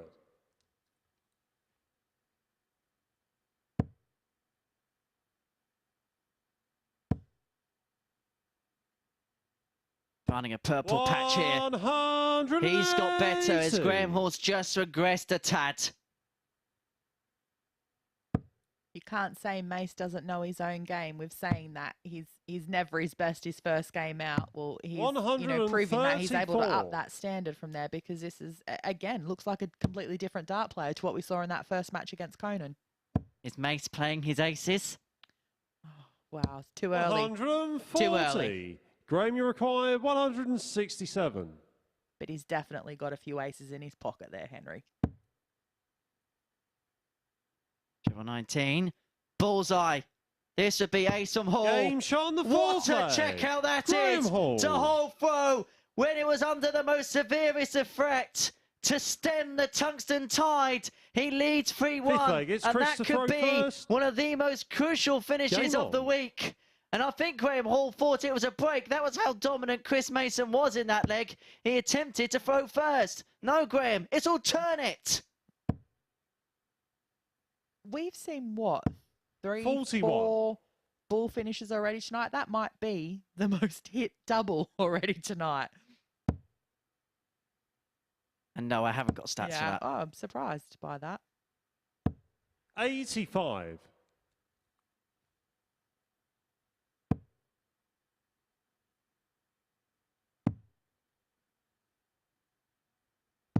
96.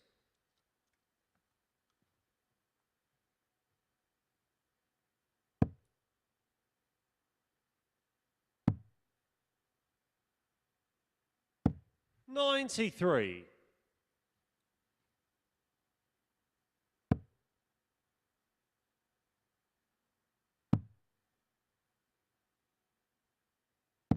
57.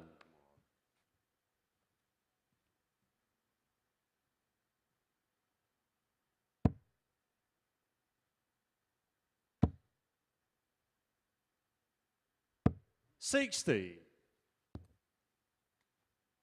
I suppose for Chris Mason, that 167 that Graham Hall gave to him was kind of a taste of his own medicine after what he dished out to 100. Conan Whitehead yesterday with the 132. Yeah, you could say that, yeah. Not that he'd had a data double, but he was there waiting, ready to pounce to take out, what was it, 88 that he had there left in that leg? 30. Oh. A wayward shot there from Hall, and this has given Chris every opportunity to get ahead in this leg and leave himself something nice to finish. 137. So he'll be back for the 70 with Graham back on 2-3-3. But again, that will just be for a hold of throw, and then obviously he's going to need to break Graham in the next leg to take us to a tiebreaker. 58. Christian requires 70. Not seen one of them yet. Double eight Oh, for we haven't, have 3-2. we? Game shot on the fifth leg. They do Chris now. Mason. Because Mason's brought it back to 3-2. He's Actually, 12 points in front on the averages. Sixth leg, it's But Graham Hall has the first. darts Game on. to win the match, and it all stems on that 167. 39. Really not the start Graham was looking for there. Mace needs to capitalise on this now. Punish him. Punish him for his mistake. 93. Great pick up there with that 54 in the end.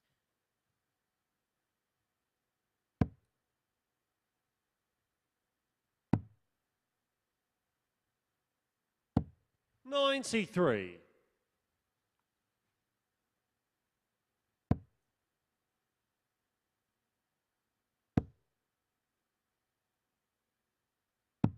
Little 59. grimace there from Mace as to knowing, yeah, we're going to have to go downstairs because you're not going to play ball up there, are you? Well, he was really hoping for a 2 treble shot there to give himself a bit of a buffer zone in this leg. 137. Suddenly he's up against it. Now he's playing catch up. 83.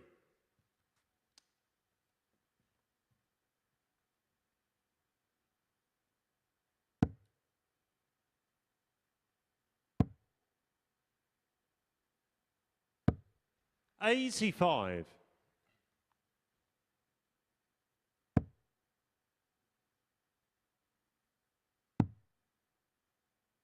Needs a treble. 99. And finds one. Graham, you require 147. Well, is he going to get a shot at the 167 for a start? And can he? Oh, maybe not. 107. Well, he is going to get a shot at the 167. He's hoping that he's going to be able to repay the favour. As the first one. Oh. Wouldn't that have been ironic? I know, it would have been. 99. Graham, you require 40. So tops of the match for Graham Hall. Double 10. 30. Doesn't go. Mason Christian requires returns. 68.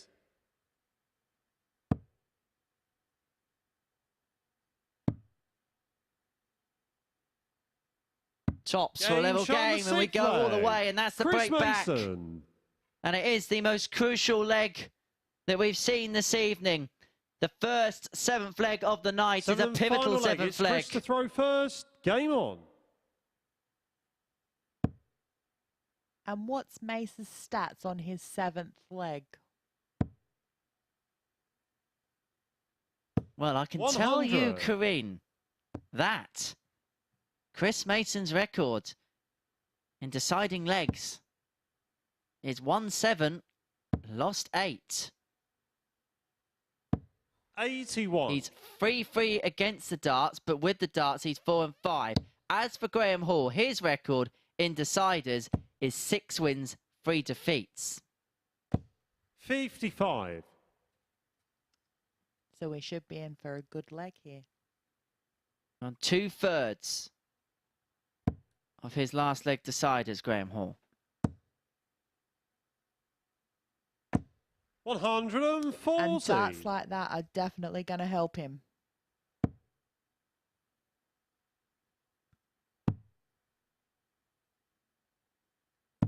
$134. That was a great cover shot there from Mace.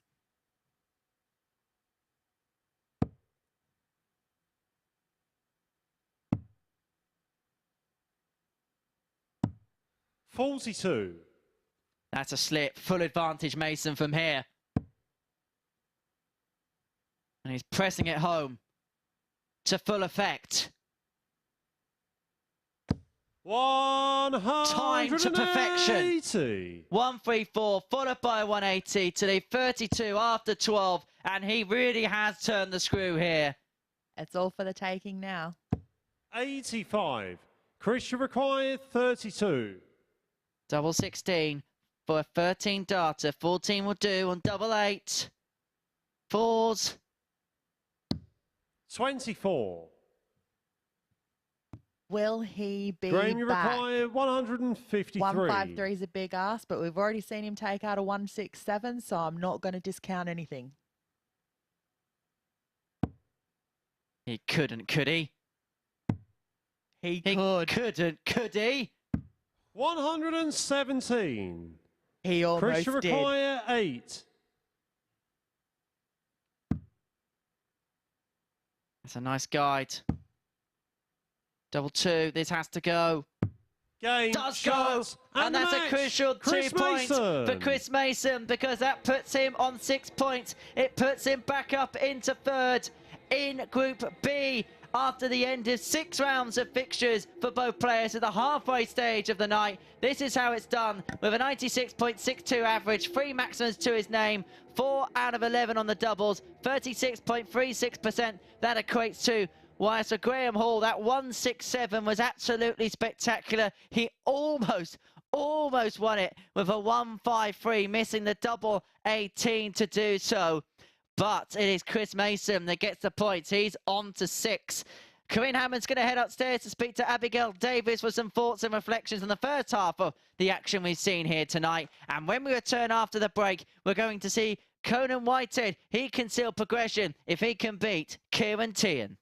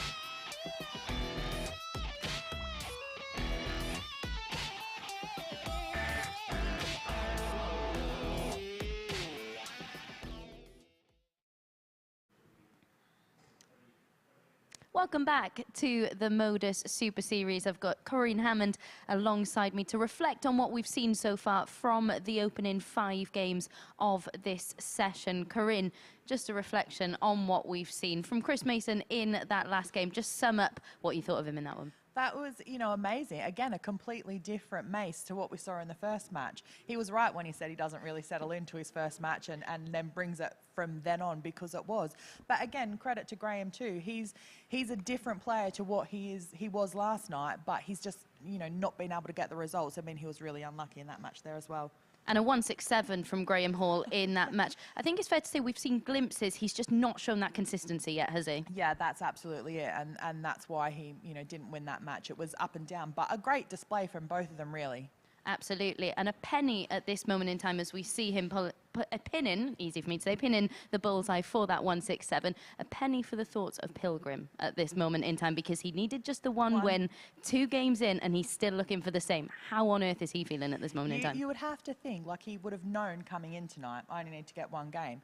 Loses the first one, goes, that's all right, I've got 3 more, I need to win a game. Loses the second one, starts to think, I've only got 2 chances yet. If it's not the next one, I mean, if he loses his 3rd match tonight, then who knows what will happen in the 4th one. But yeah, you do want to be able to get in and get it early. And this next match of the session, it is Conan Whitehead, who's currently sat top of the table. He could be the first player to book his place in finals night from this group, but he's up against Ciaran Teehan. They are the 2 players who've produced the outstanding performances so far, aren't they? Yeah, absolutely. And I think Ciaran's going to have something to say about Conan getting his final 2 points right now. I mean, if he performs the way that he did in his last match as well, I mean, we're in for a cracking game this next one. We really are. Corinne has teed it up perfectly. Henry, back over to you.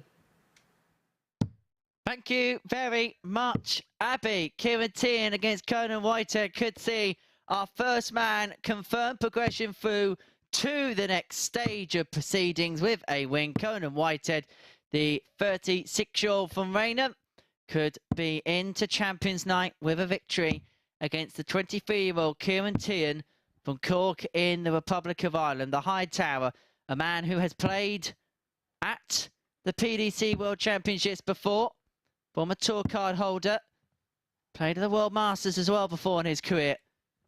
He takes on Whitehead in a crucial clash here in Game 6. First leg, it's Conan to throw first. Game on. The action is very much coming up to the boil here.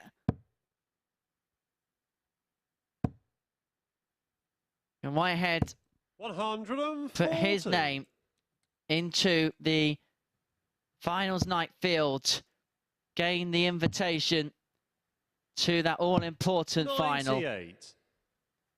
And can Ciaran Teehan keep his hopes alive? Yeah, a win here would put him level on points with Chris Mason, 98. with Mace the Ace still to play for him later on this evening. But he's got some task ahead of him, because Conan Whitehead tonight, Corinne, has been absolutely sensational. Yeah, he's in a take no prisoners mood tonight. He wants that spot tomorrow night. Just get the sense he's fancying the job. Ciaran Teehan's fancying the job. 140. Conan, you require 123.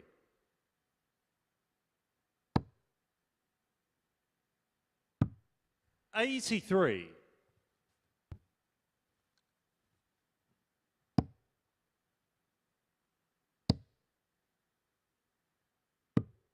$85. Conan, you require 40. Tops for 13 data to get this game underway. Double 10. Game shown the first Will leg. do nicely for Conan Whitehead, who leads Ciaran Teehan by a leg to 0. And a bit like Darryl Pilgrim previously, he's 3 legs away from qualification.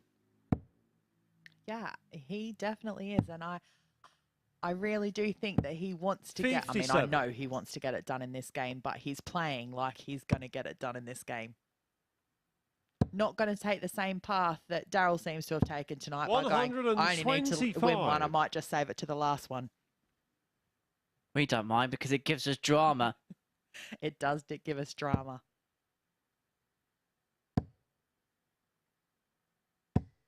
60. We'll give you all the permutations and equations as they unfold. It looks as if it's going to be very simple for Conan Whitehead. If he keeps playing to this level, that's the level he's playing at. 100. He is making it look so easy at the moment. Oh, I say that. 41.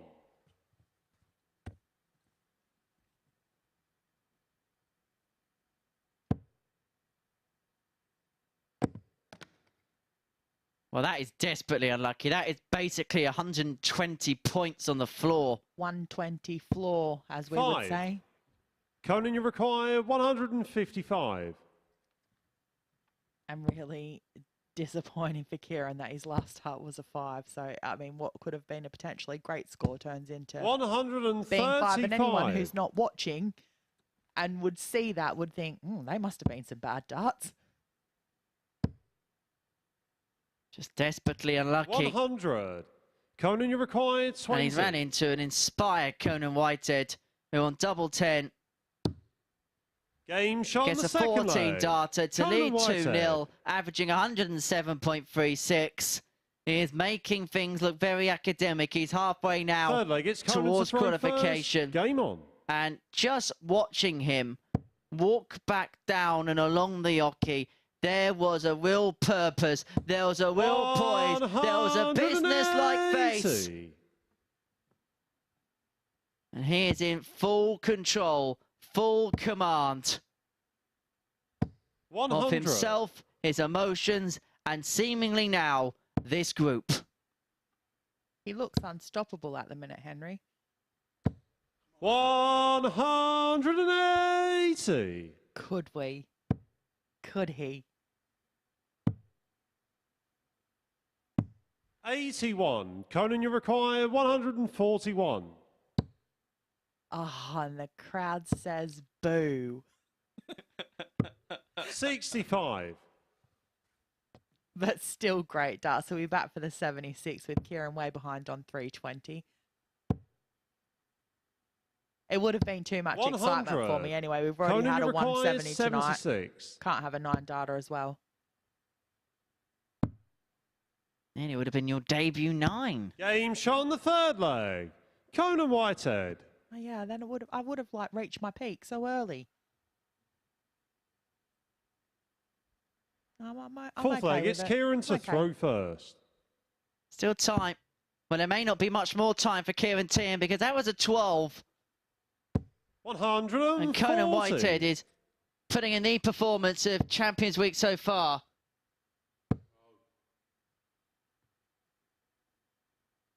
You can hear the 100. disappointment from him when he's missing that treble 20. No, not where I wanted it to go. No. 140. Certainly doesn't hide his emotions, does he, Conan? No, not at all. And I can imagine his wife 43. Shirley's at home right now watching. Hi, Shirley, screaming at the TV, telling him to just get it done because I know that's what she's another one who doesn't hide her emotions. That's why they're such a great couple. 13.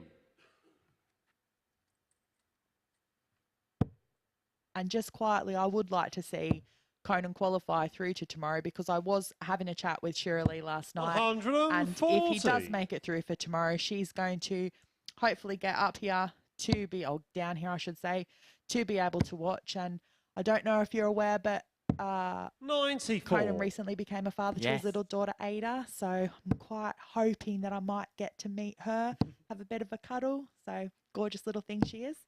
134. Ciaran, you require 114. Oh, so to save the match now, Ciaran needs this 114.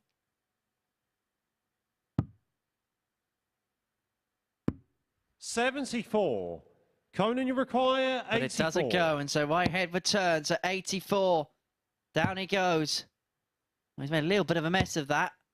24. And so Ciaran, Teehan returns required for tops of 40. 3-1.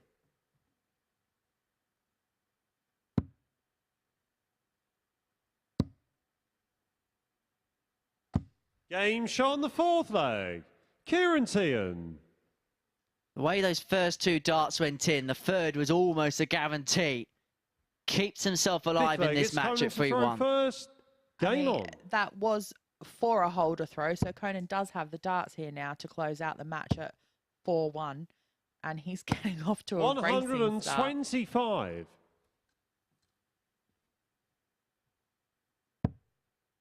I've got a feeling that he doesn't really want to write that book anymore, the How to Give Away 60. a Good Lead book. He's probably more inclined to want to write a book about how I win. He wants to be able to do that so he can write 100. He could write a book called Conan Whitehead Super Series Champion tomorrow night, potentially. Potentially. 100. May also get a check and a trophy.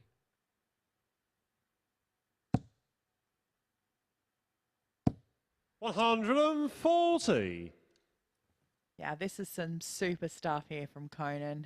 136 after 9. And I really wouldn't be surprised if he takes out the 136, to be honest. Conan, you require 136. To seal his place in tomorrow night's final in some style. Double 8. 128. But he'll be back for double 4. First things first, Conan, get the sticker back on. You're representing, man.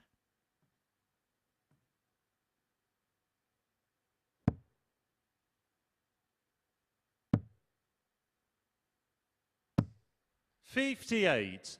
Conan, you require to seal 8. his place in tomorrow night's final. Shots, and the Barbarian is one step closer to Super Series glory. He has qualified for Saturday night's final, courtesy of a blockbuster 107.87 average in a 4-1 win against Ciaran Teehan. 3 180s in the game. 4 out of 7 on the doubles, a 76 high out, and we will see the Barbarian in the big occasion tomorrow night. Congratulations goes to Conan Whitehead. He's made it on to 10 points. He is through to tomorrow night's final, and we look forward to seeing him there. We're going to take a short break. Darryl Pilgrim can join him there if he gets the better of Chris Mason.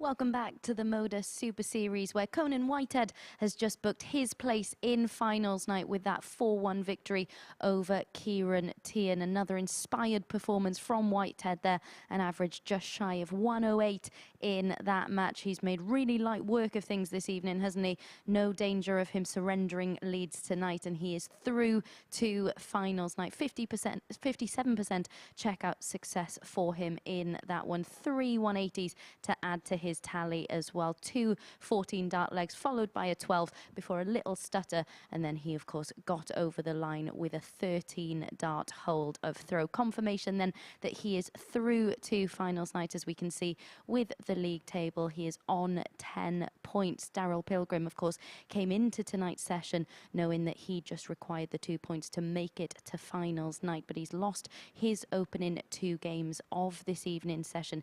He takes on Chris Mason in our next match tonight. Here we can see Chris Mason getting a victory over Graham Hall earlier on this evening.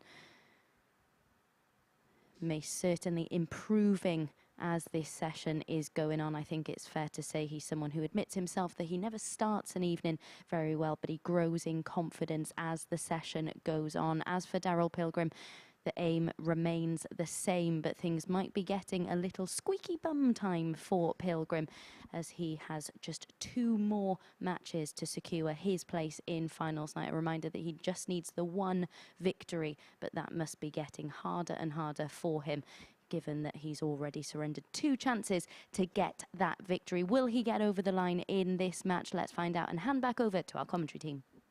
Thank you very much, Abby. Things are beginning to get interesting for Darryl Pilgrim. He won every single game yesterday. We thought that his position into the finals would be signed, sealed and delivered by this point, but not to be, and it may not be altogether. If Chris Mason wins this one, he joins Pilgrim on 8 points, and suddenly things begin to get very interesting. It might be reminiscent of his beloved Crystal Palace, a promising start, but yet maybe when it comes to the final table, the position would not be as he liked. And here we are with the football references again. I'm surprised that it's taken us this long. But you are right, it is coming to the business end of the evening. I can't believe that we've only got 4 matches to go and we've only decided 1 player that has qualified through to finals night. Game on. Shall we have some drama? Oh, I mean, it is turning into EastEnders here, isn't it? Not that I've ever watched an episode of EastEnders, I'm just, yeah, I'm making an assumption it's full of drama. 42. Can't be as exciting as watching this starts, though. Absolutely not. And as we approach the midnight hour, 46. who will have the power? Some players' hopes are hanging like a prayer, but only 3 players can make it there to the finals. That was almost like a 32. song verse, Henry. It was. Okay. Why didn't you sing it then? 100.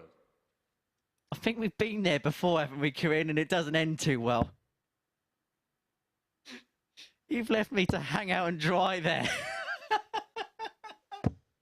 140.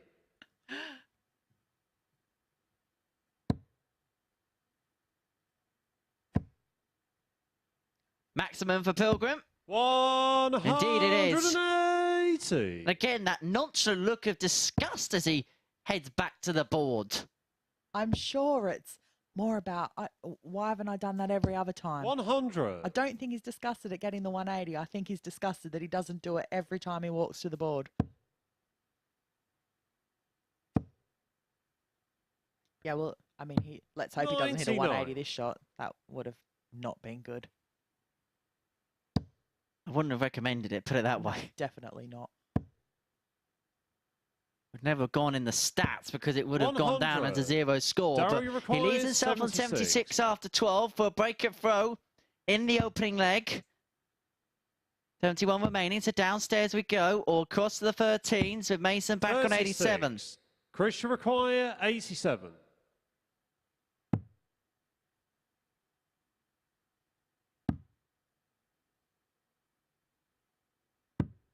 69.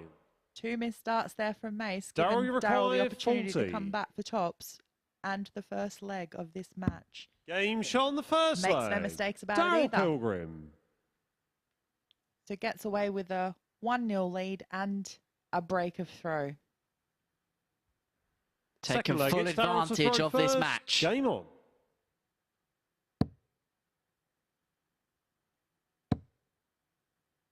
Surely there's only one outcome. There was only ever going to be one outcome. 180.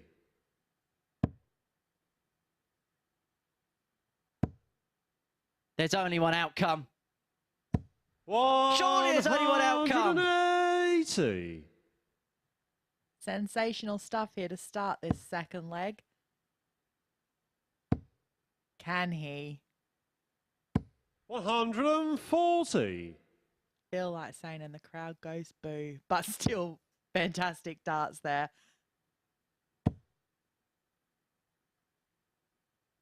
140. This is like a matchy leg. Whatever you can do, I can do too.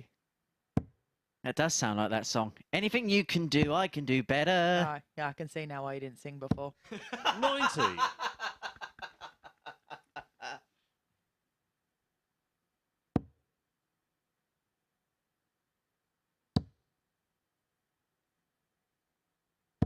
$60.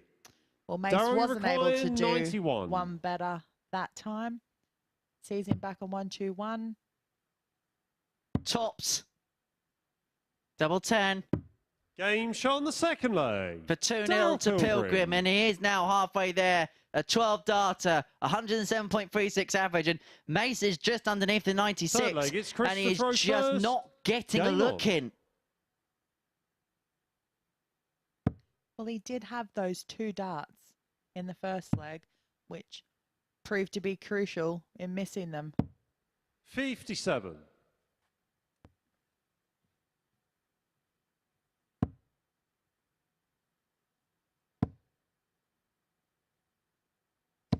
$60.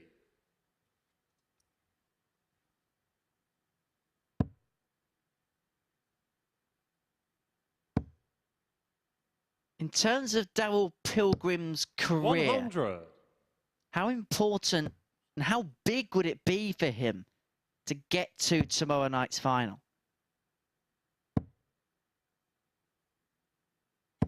140. I think the answer to that is quite obvious, Henry. It would be a massive achievement to be able to get through to tomorrow night's final. Well, I mean, it could prove to be of massive importance because the first step is to get to the final tomorrow night and then ultimately 96. to be able to walk away as a champion.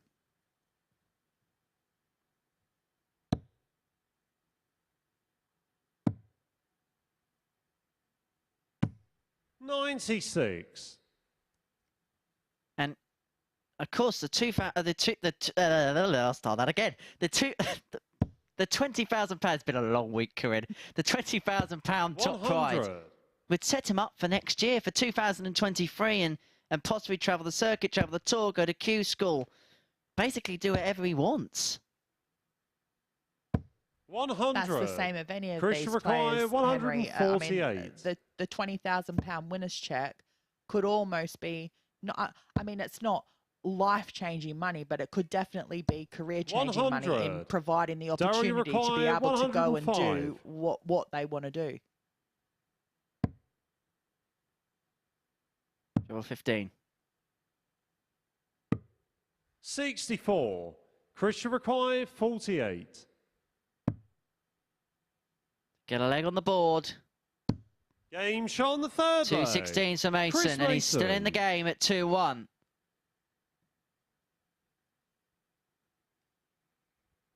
Fourth leg, it's Darryl to throw first. Game on.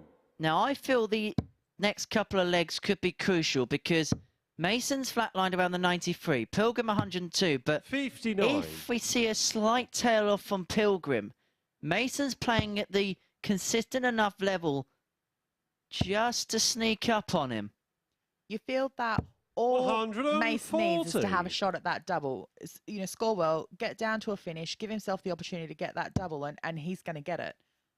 So, I mean, if Darryl makes any mistakes here, Mace is going to be ready to pounce. 43. But, I mean, Mace is off to a great start this leg already. He holds the advantage. Another treble here, or 2 trebles, is really going to give him a great buffer. 140. In full command against the darts to bring it back to 2-2. And it'd be bringing it back on throw as well. And the averages now have seesawed in Mason's favour. Let's be honest though, Henry, how many times have we seen Mace do this in, you know, games last night or each night? Looks like he's behind, then just those last couple of legs, he's just able to turn it on. It's like he flicks a switch in his head and just says, no, I'm not having this. It's like he knows when it matters. In the crucial moments, he's found something. 96. And maybe that's his required immense amount of experience that he does have. 2 16s. Game For shot an excellent 1-3-1 to level us up. Mason. And a 12-dart leg to boot. Yeah, absolutely fantastic darts there from Mace. As I was saying, have a finish, get a Fifth dart or a leg, it's double. Chris to That's all throw he needs. He's there to Game pounce. on. And he was there to pounce on Darryl's low scoring through that leg. It certainly wasn't the power scoring that we've seen in the first 3 legs of the match. 93. A win for Chris Mason would eliminate Ciaran Teehan. He can only get to 6 points. Pilgrim and Mason would be on 8.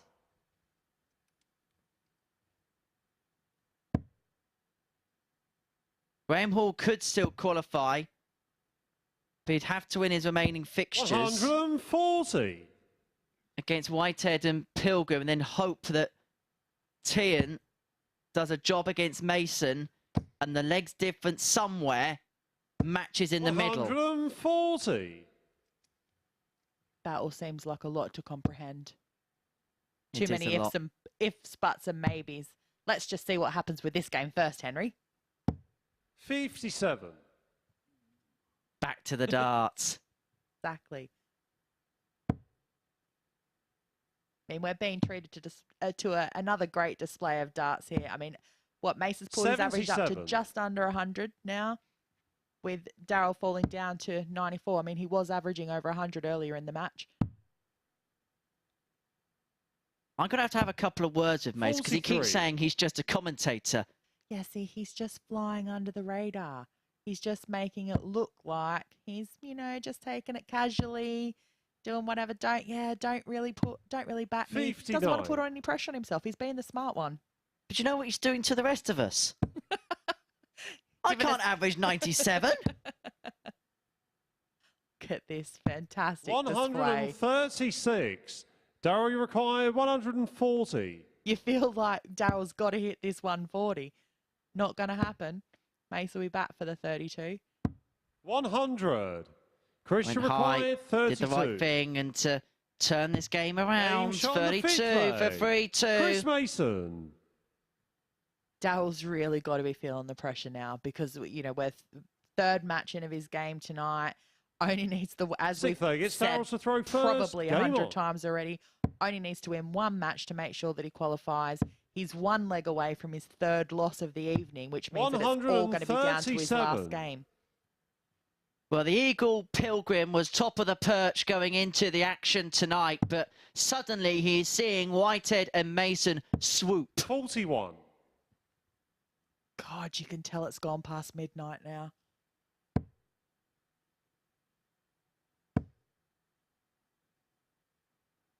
$137. Darryl's thrown in some great darts here to give himself a chance to bring it back to a level match and take us to a 7th leg decider. 60. I feel this game would be fitting to end in a deciding leg. Yeah, it would be. And I mean, oh, here we go. Mace, if it does go to 3-all, 25. Mace will be back with the darts, and we know what his record's like in 7th leg deciders when he is the one that holds the darts. 60. Just a reminder, Ciaran Teehan will be watching this with eagle eyes, no pun intended, because a win for Chris Mason would 125. eliminate him from the race. for a place in Champions Night. 77 for Pilgrim to take us to 3-3. 40. Darryl requires 77.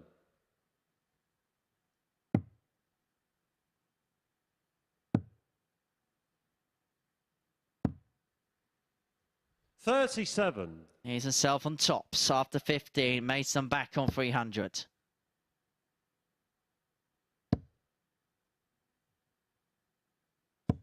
$125. Darryl require 40.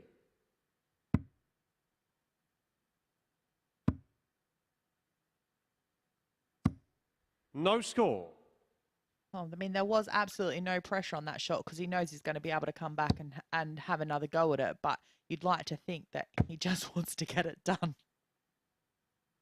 140. Yeah, now he really Darryl has to get it done. 40. A miss here and Mace is ready to pounce. Tops of Pilgrim.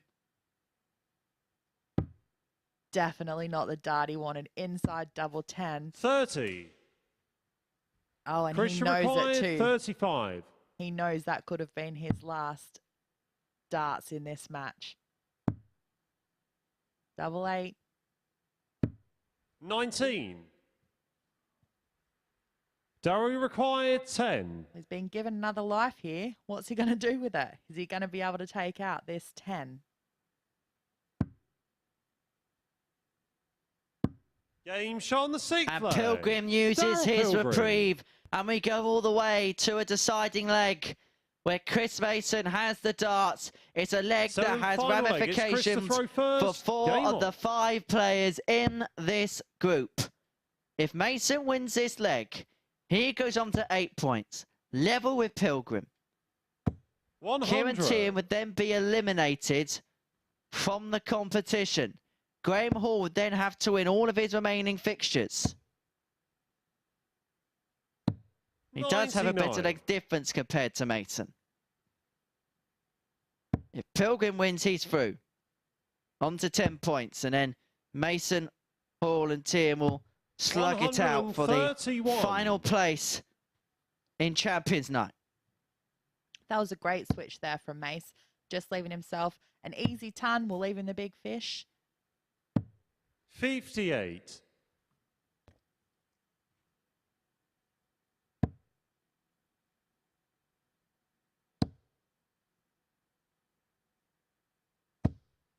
$95.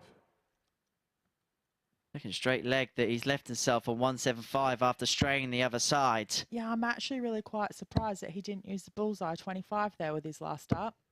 100. I mean, we've seen how good Darryl can be on those 180s. A 180 there would have left him with 164.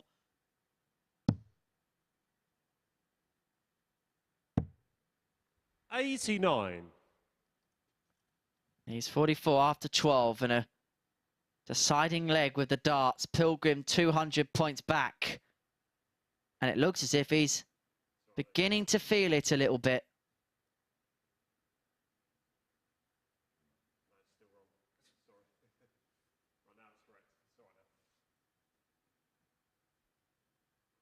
Just a little bit of a correction on the score. Mace is left on 86.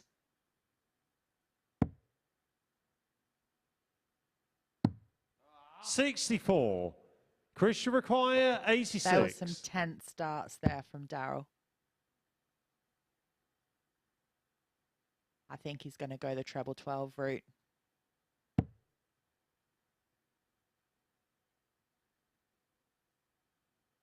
Which way is he going to go? Is he going to leave himself tops or is he going to leave himself 36?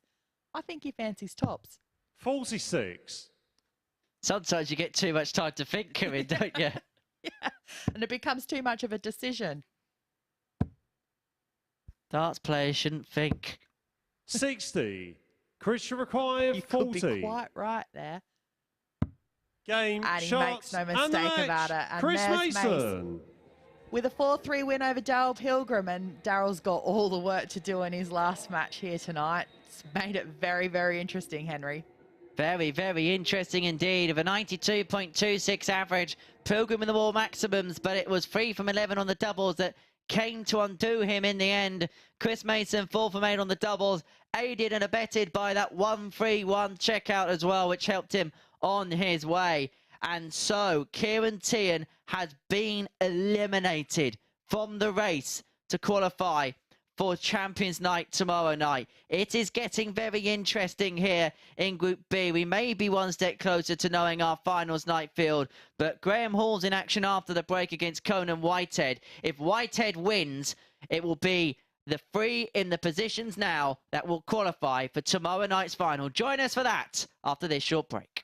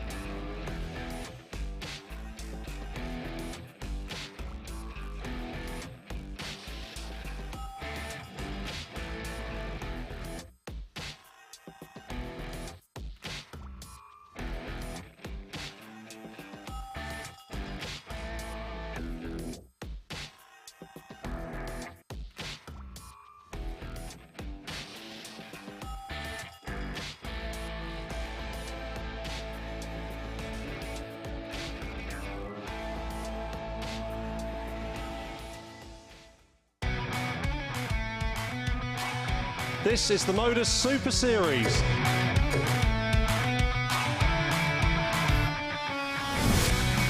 $180.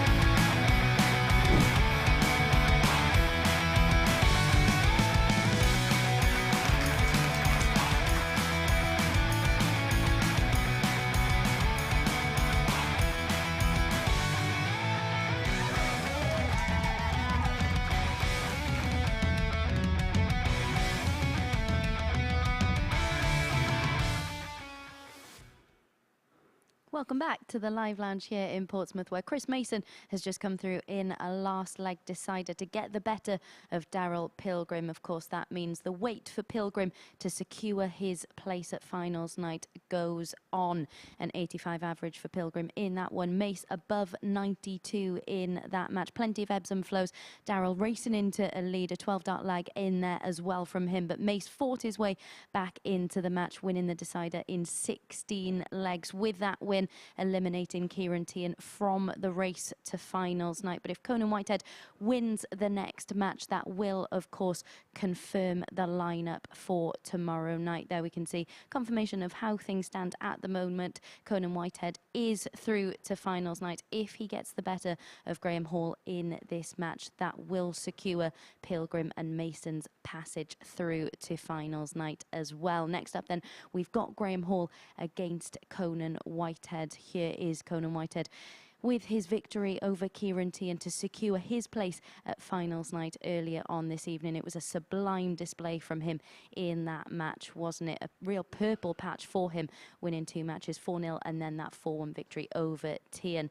And here's Whitehead getting the victory over Graham Hall last night. A really animated Conan Whitehead last night. We've not really seen the same emotion from him up there tonight, but he's certainly been in high spirits and delivered the best performances of the evening so far. Let's tuck into this one then. Lads, back over to you in commentary. Thank you very much, Abby.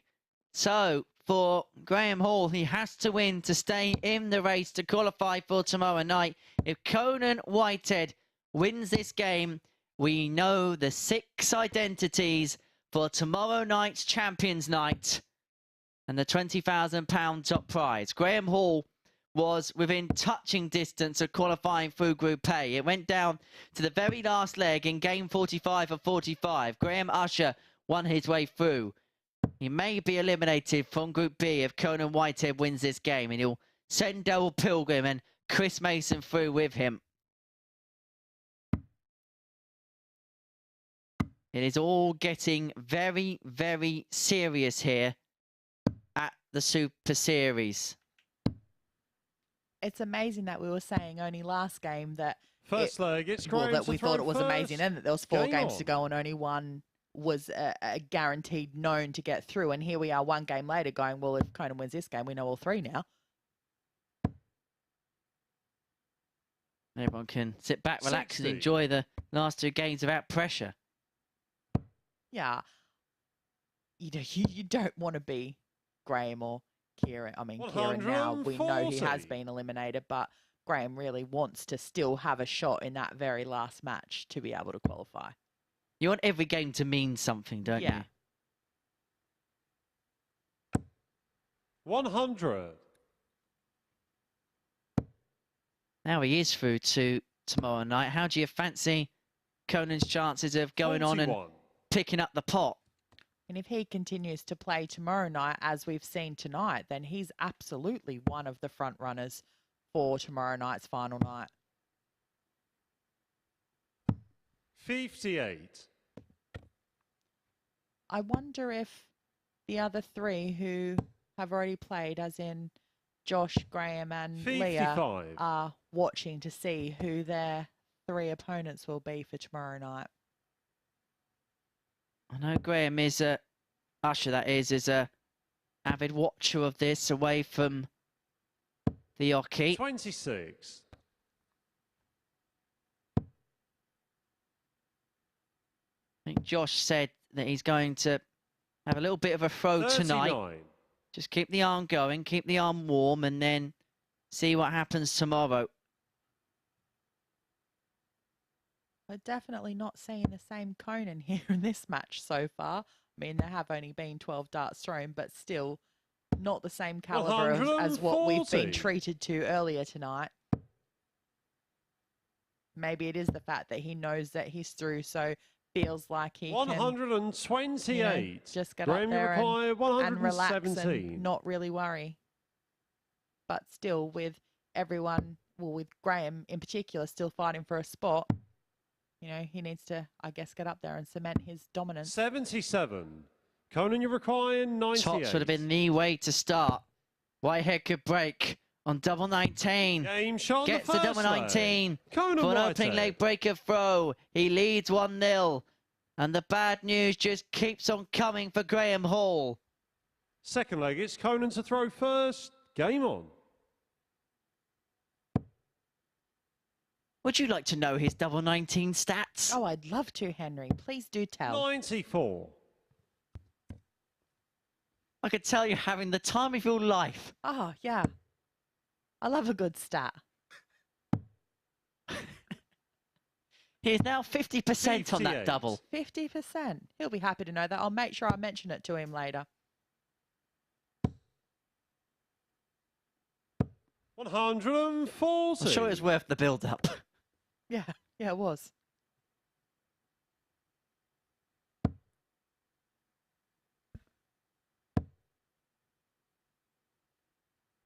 $140.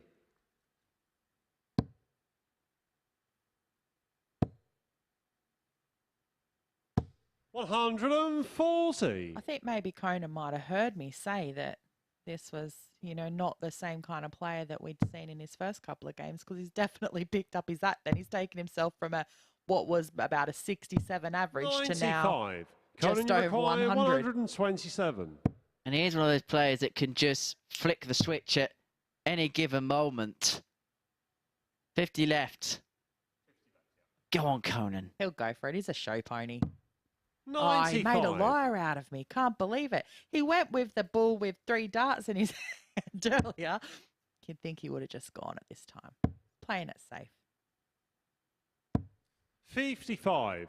Conan, you require 32. Double 16 for 13 data for 2-0 and next to no time at all.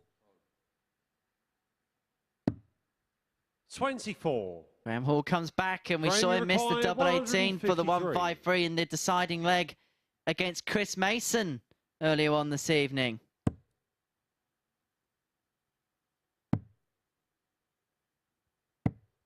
$93. Conan, you require 8. Didn't get the shot that time. Can Conan finish Game off shot on the this? second Yes. leg. Yes, he can. Conan Whitehead. So a 2-0 lead for Conan. So it's all to do for Graham from here. Third leg, because it's he's Graham to throw obviously had a first. break, held a Game break, on. so the breaker throw counts.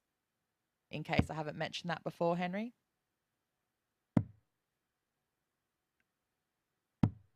You'll get 48. catchphrases in the commentary box. Apparently they play bingo next door. Really? Yeah, in the production room they have a 140. commentary bingo. Oh, excellent. I hope I make it onto the bingo card. That'll be cool. Sure you will, Corinne. I'm sure you will. And it'll probably be like 96. something like, oh, Jesus, Henry.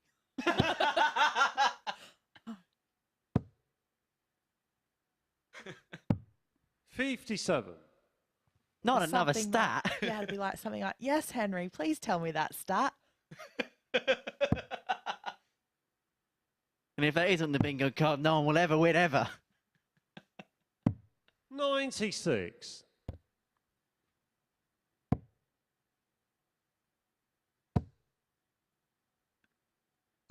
$180. Bit of enthusiasm there from Conan for his first 180 of the match. Actually, Henry, please tell me the stat on how many 180s Conan's hit tonight.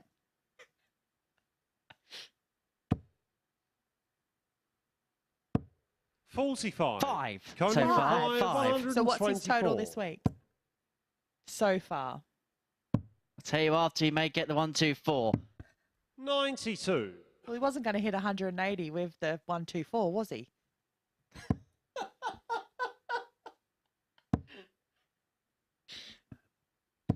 $60. Conan, you require 32. Oh, double 16 for a Game 3-0 shot on the lead. third Makes no leg. mistake about Conan it. Whitehead. And he'll be back with the darts now to see if he Fourth can leg, it's wrap Conan this to match throw up first. 4-0. Game on. Are you still counting up those 180s? 35. 35. 94.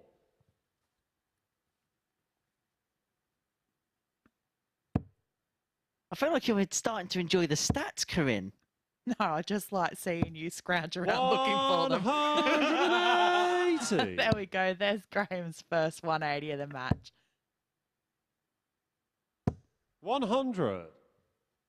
Now then, Graham, to save your Super Series live, can you do something inspired? 58. You get the sense that in a few seconds' time there may be gold next to the names of Messrs Pilgrim and Mason. 81. And a Q next to their name as qualifiers for tomorrow night's final. The all-important final. The £20,000 final. 137. Don't miss it tomorrow from 10 here on Sporty Stuff TV. It's bound to be some 98. occasion. Graham, you require 126. That it is, and it's unfortunate for all of those who weren't quick enough to get their tickets because we are a sold-out venue tomorrow night. So everyone else is just going to have to watch it from the comfort of their own home. 46. Conan, you require 128. To send Pilgrim and Mason through. The bullseye for Whitehead. 103. And it would have been to have eliminated Graham Hall. And so he gets 80. one final chance. One final go to save his Super Series campaign. He's going to get one dart at double top. 60. And it doesn't go. Conan, you require 25. And so the Barbarian can knock Graham Hall out if he can take out this 25 and send through Darryl Pilgrim and Chris Mason with him. 17. But Hall returns. Graham, you require 20. Double 10. He has been pretty good on double 10 tonight, hasn't he, Henry? I know that stat myself. Couldn't give you a number, but I'm just saying it's been pretty good. And on double 5 too.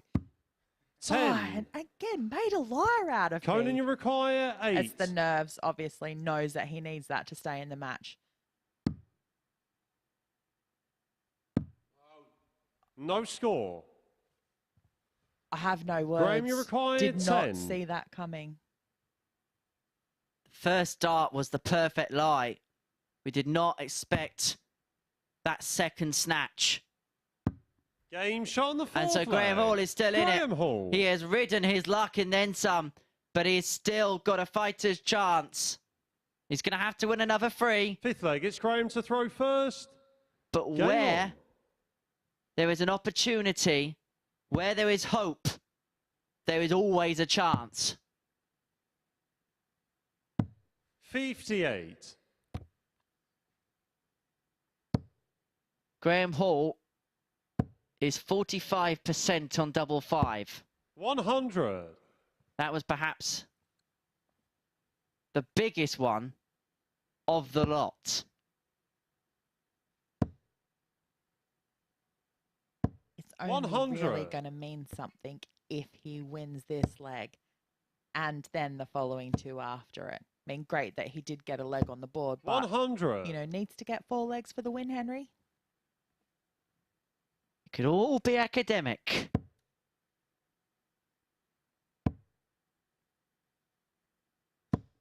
$100.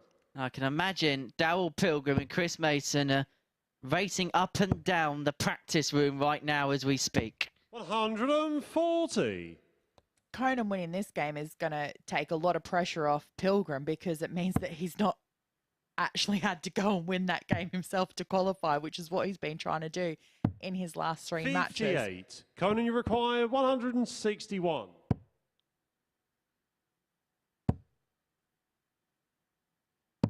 $137. Yeah, that was great darts from Conan to leave himself 24, and he'll be back for that to be able to see if this time he can close out the match.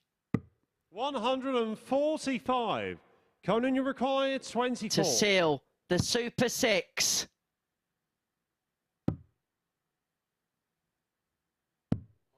$18. And Graham Hall gets another chance. Graham, you require 40. It's 3 from 15 now for Conan Whitehead on the doubles.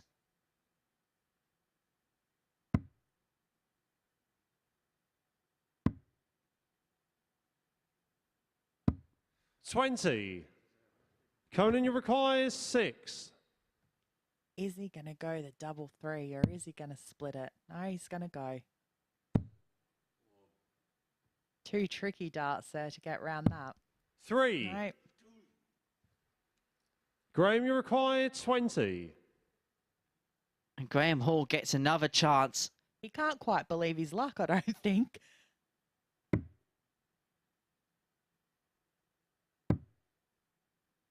Back up for that double 5 again. 15. Oh, nasty. Conan, you require 3. Talking about nasty, here's the one, double 1, the madhouse for Whitehead to seal the finals field. No score. Graham, you require Scrappy. 5.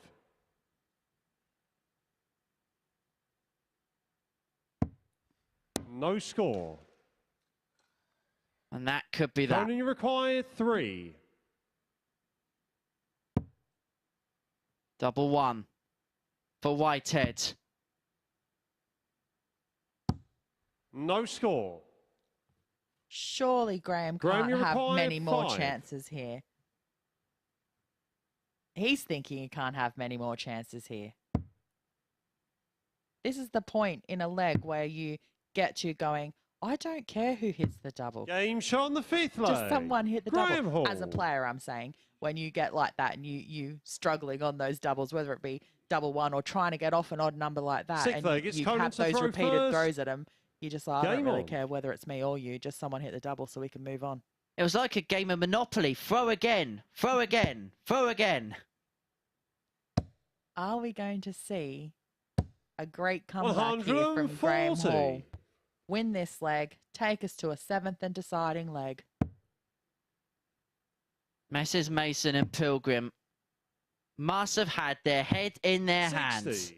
They must have thought that they were through and Conan Whitehead was going to get the job done. He may still get the job done. Of course, he's still in front. But he would have 100. watched them.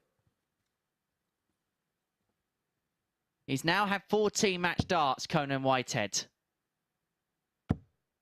Wow, that's a lot of missed starts from Conan, 140. considering the form that he was showing in his earlier games. When you look at the scoring, 140. he's missed 18 darts at double and still averaging 85. Mm-hmm.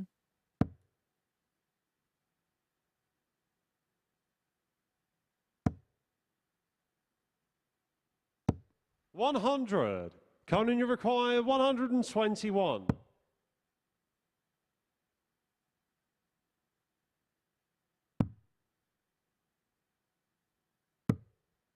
$55.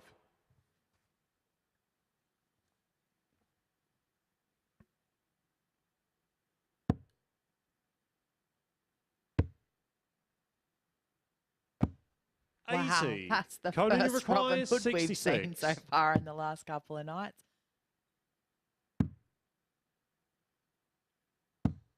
$48. And he's missed yet another 2 darts. Graham, you require to close out this 121. match.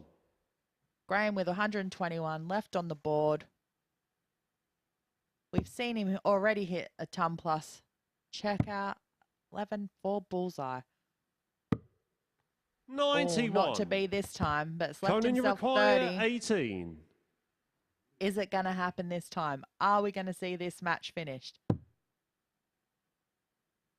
Double 4. 14. Well, you have to call in Graham Haldini if he Graham, you pulls this require one off. 30. This has been a terrific act of escapology, and he could take us all the way if he can take the double 15.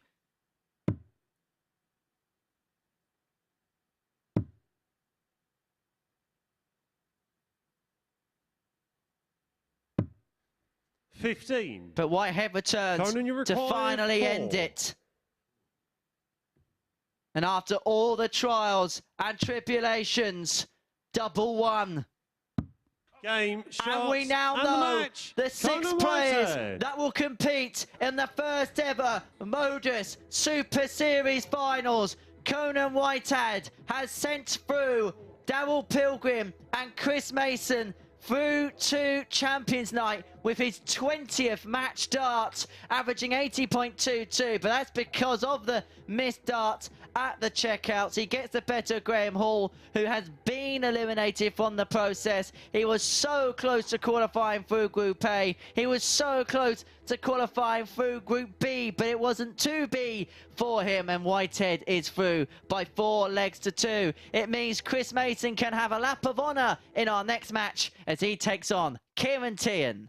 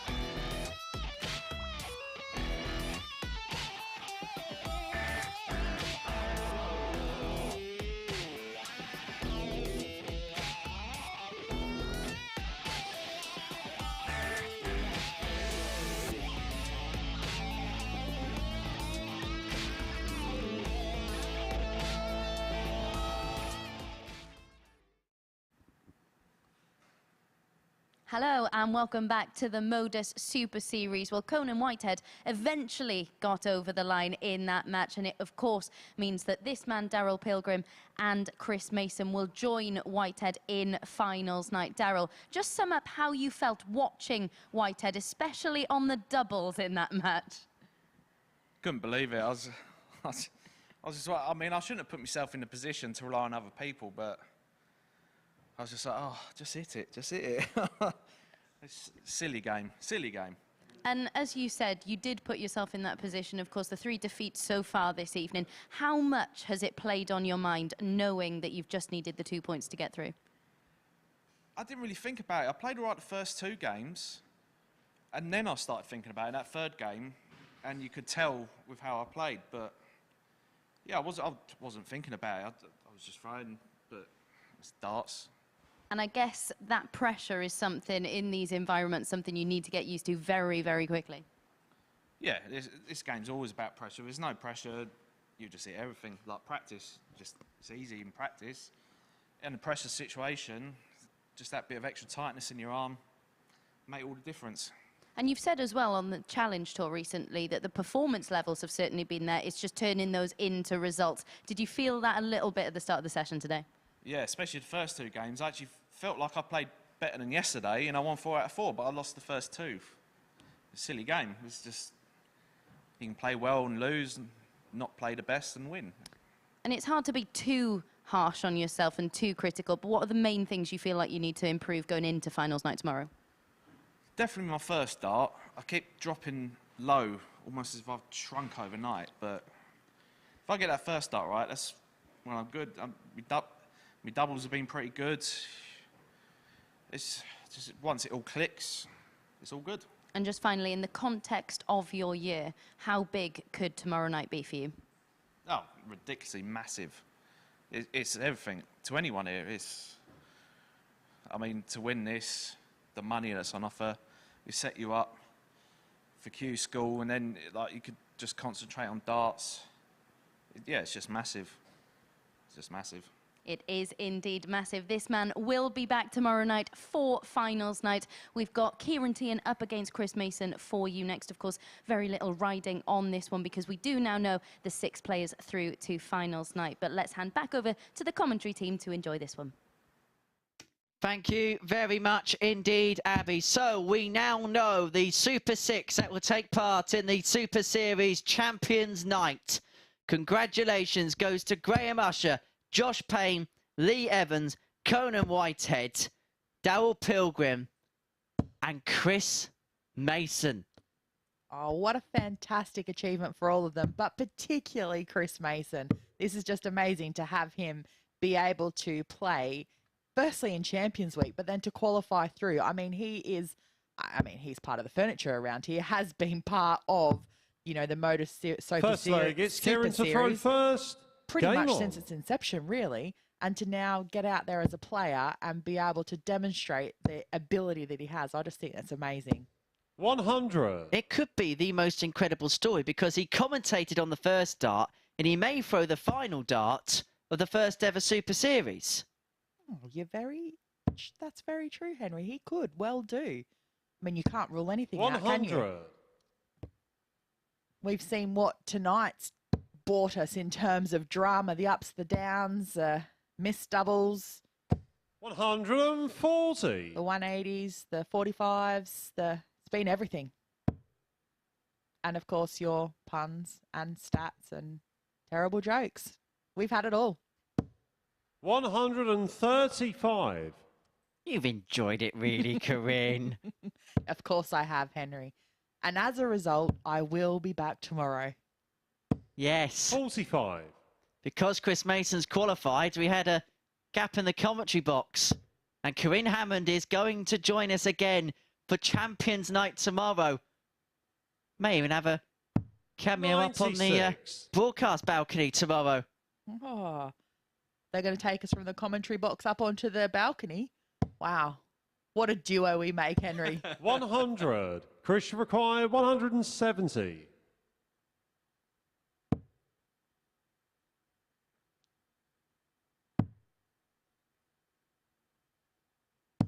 134. That's Ciaran, some you great require darts there from Mace 160. to leave himself 36.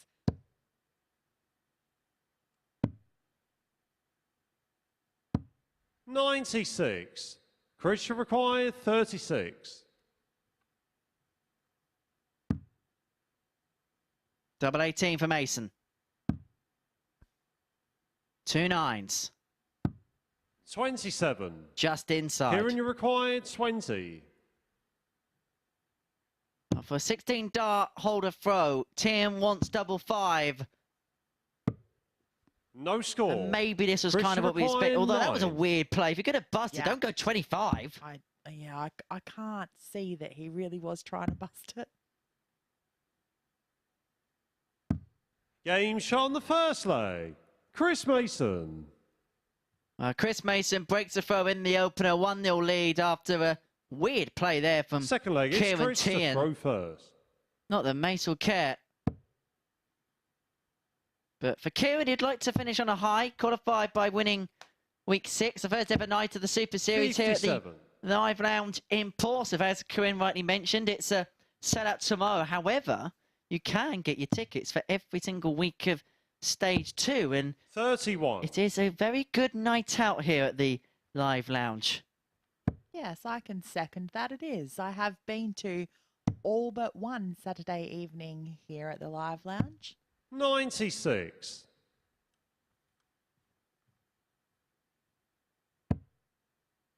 And wasn't it buzzing last week? Oh, yeah, it was. That was 100.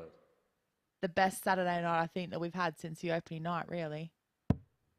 Amazing crowd, amazing atmosphere, and it was great for the players all involved. 100.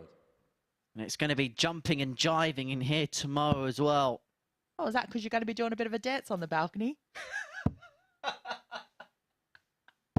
100. Should I do a dance off before the play gets underway? Yeah, go on. Me and Nico? I've seen him 60. dance. Yeah, actually, do that. Be a bit of dad dancing going about.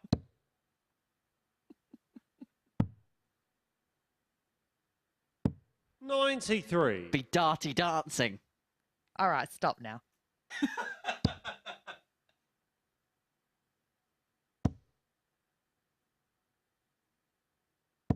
$95. 93 for Mason for 2-0. And you can just tell that because everything's been settled, the sting in proceedings 40. has just been Chris, you require taken 93. out somewhat.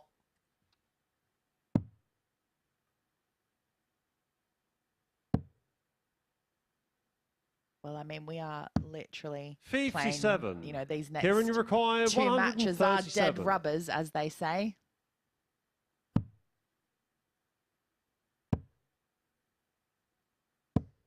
$59. Chris, you require 36. 2-0. Double 9. Game shot on the second leg. Chris Mason. And Chris Mason opens up a 2-0 lead. You just get the sense that there's some tired darts out there. The Third leg, it's adrenaline Ciaran to throw that first. courses Game through on. the body usually helps when you're in a position that something matters. When it's not there, when you know there's nothing to play for, that can quickly drain out of 140. the system. And as a result, sometimes we'll see one or t'other in terms of these games. It'll either be a blockbuster where players are playing with freedom, or sometimes there could be a little bit of tiredness that kicks in as a result of that adrenaline leaving the body. It's all natural. It's all normal. That's normal for Teehan. 180.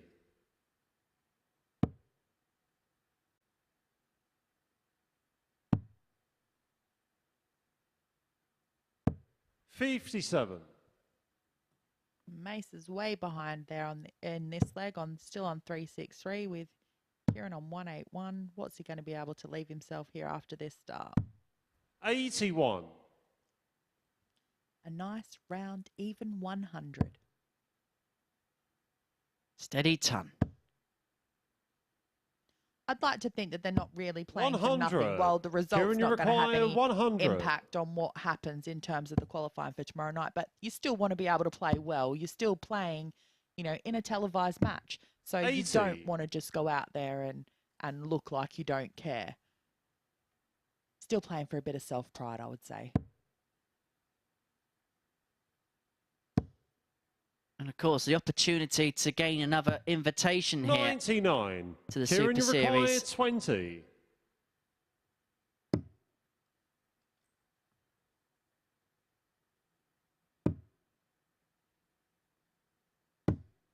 No score. Chris, you require 164.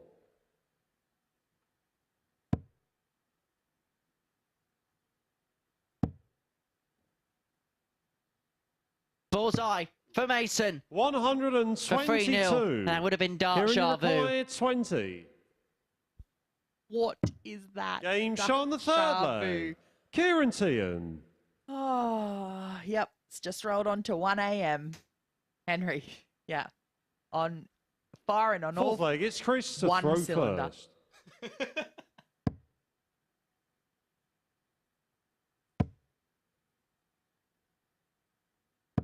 $100. When you said yes to agree to come in the commentary box this week, did you expect this? No, well, you know, it's clearly evident now that I'd not heard your commentary 140. before. I didn't know what to expect.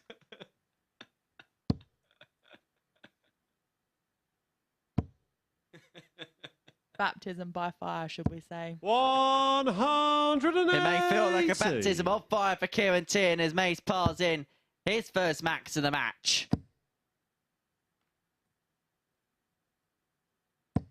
60.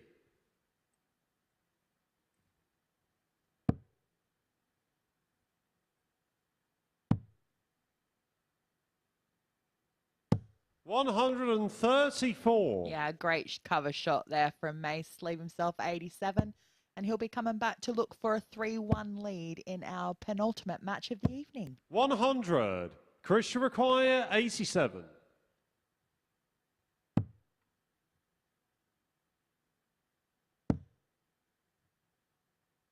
So for the treble 18 there to lead double 8. Double 16 upon 55. his return then. For a 13 darter, 3-1 lead and to finish his group on a high. 45. Chris, you require 32. Game shot on the fourth leg. Chris Mason. So Mace opens up a 3-1 lead courtesy of a 13 dart holder throw. Fifth leg, it's Ciaran to throw first. Game on. And he's one leg away from finishing this group on 10 41. points. Could finish this group second, depending on the result in our final game of the evening. 97. That's a good point, Henry, because where obviously there is meaning behind finishing first, second, or third in a group, because that's ultimately going to decide 85. which group you play in tomorrow night. And of course, things like advantages of throw in particular matches and things such as that, it does 98. all come into play.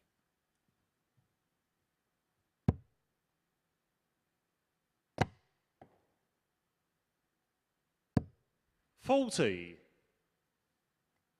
And I wonder who will be the player that they'll all want to avoid tomorrow night. Well, you've got to be thinking it's Graham Usher, wouldn't you? I mean, he's the one who qualified straight through to Saturday. So, yeah, I mean, but I also 60. probably wouldn't want to face off with the Conan that we saw earlier this evening. Josh Payne's obviously put in a great performance as well. So, yeah, I mean, nobody probably really wants to play anyone. They all just want to get a 133. bye straight through to the final. We are not going to let them have it, though. Absolutely not. They will play their way there. You have to do it on merit here at the MODUS Super 100. Series.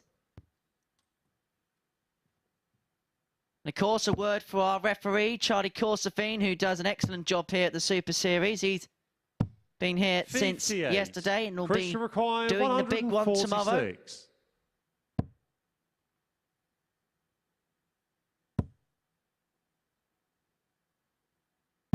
100. Ciaran, you require 144. This is a big ask here of Ciaran to put away this 144 and save his chances in this match. 57. Chris, you Not require able to 46. do it though, so Mace is back for 46 to close out the match with a 4-1 win. Game, shots, and the match. And just like Chris that, Mason. he does it. And Chris Mason finishes off his campaign with a 4-1 victory against Ciaran Teehan with an average just underneath 88, 4 from 12 on the checkout. 33% that equates to a 46 high checkout. He gets the better of Ciaran Teehan. That is our farewell to him for the Super Series Champions Week. I'm sure we're going to see him again, and we look forward to that when he does return. But Chris Mason is going to be back for the final tomorrow night. Not in the commentary box. He's playing in the finals. And one final game for us tonight. We'll see Graham Hall depart the scene. He'll be hoping to end with a victory as he takes on our fellow finalists from this group, Darryl Pilgrim. That's coming up live with us after this short break.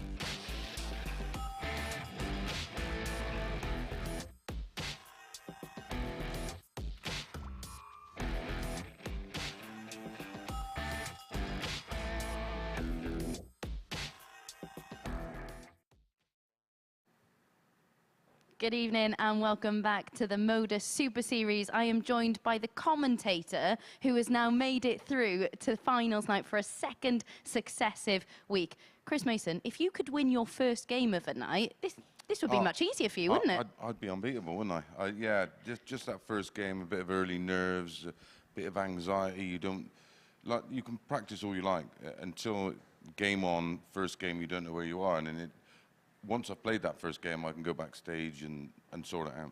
And even someone with your experience, you said after yesterday, having lost those first two games, you felt really under the cosh then, didn't you? You felt like things were slipping away from you. How on earth did you manage to turn that around? Well, especially in this group, because they're all quality and they can all, and that's the thing, they can all beat each other. And if you lose two early games, you think, well, I'm right under it.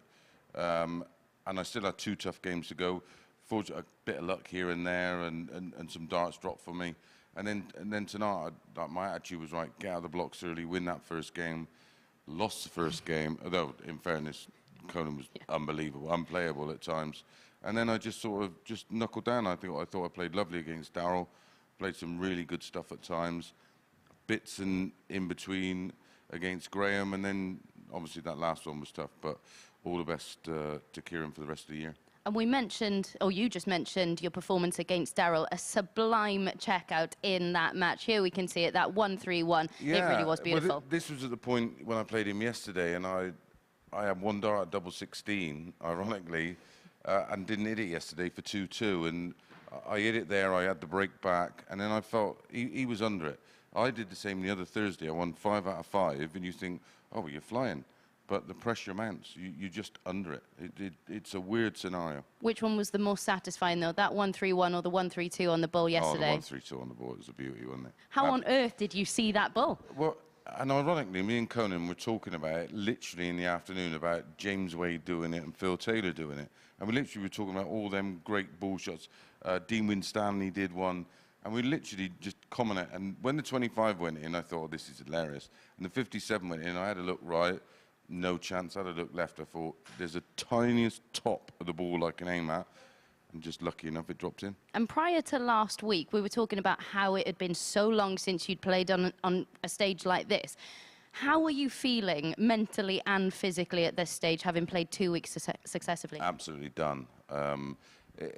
Like the physical side of it is probably not as hard as the mental side of it, because you literally, you don't know where you are. You're looking at all the other results, and it does you mentally. And we've seen that from Graham Moore. He's a fabulous player, and not done himself justice. You know, he played lovely in Group A and was a bit unlucky not to get through to the finals, and he's felt the wrath of that. And going into finals night, you've got Graham Usher playing superbly well, Josh Payne as well. So much talent in there. Who is it you're looking at as the main rival? I know you're going to play your chances down, but so much talent. All of them. Listen, you don't get to finals night if you can't do the business, and they're all capable of doing the business. There's not an easy game in there. So either turn up or go home. And turn up. And I don't mind going home, actually. And turn up is something you need to do. But that first game, how do you now, because you know it's playing on your mind at this stage? I won one first game in, I don't know, however long. Yeah, I don't know how to deal with it. It's a mental thing, and I thought about it tonight.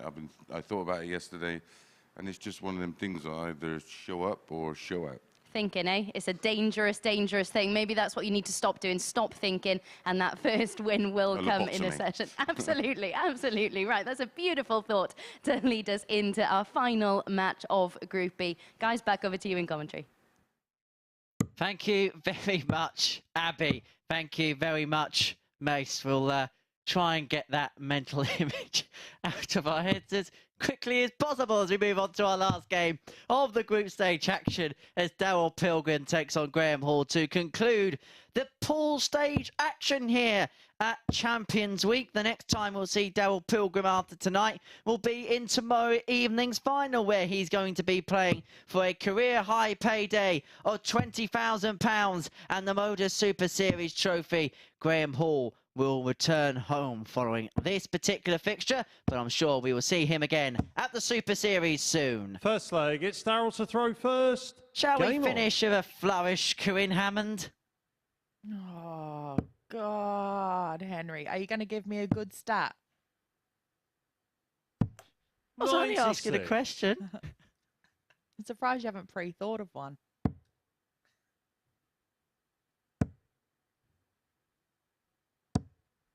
$28. Shall I just throw the stats book at you in this game? That would mean throwing your laptop at me, so no, I'd rather you didn't. 58.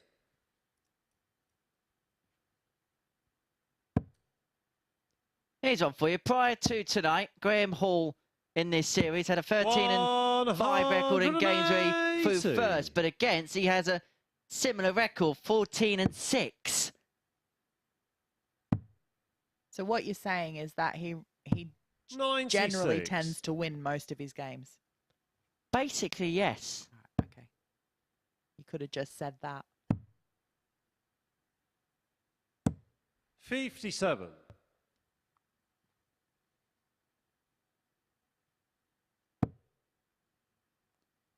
So between them tonight, they've only won one game between them. These pair tonight, only won one game. Which is incredible when you think about it. And that win was... Darryl Pilgrim hasn't won a game yet tonight, has he? No, Graham Hall is the only winner tonight. He beat Ciaran Teehan by 4 legs to 2 in game 2. 97. Graham, you require 151. 151 for Graham Hall to light up the blue touch paper, but it's not going to happen. 86. Darryl, you require 58. Tops. Double 10. Game shot on the first The 1-0 to Darryl Pilgrim. Will Pilgrim be the people's choice tomorrow night to win the title? Second leg, it's Graham because the bookmakers are quoting him, or did quote him, at figures around 3 to 5 to 1 to win 58. The whole thing. Well, that's not a people's choice, is it? That's the bookmaker's choice.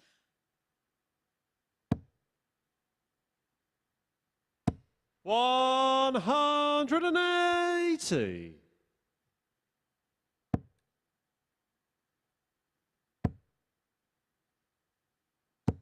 $180. He's following up, Pilgrim.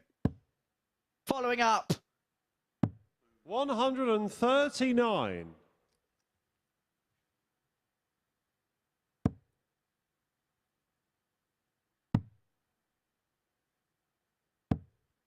$52.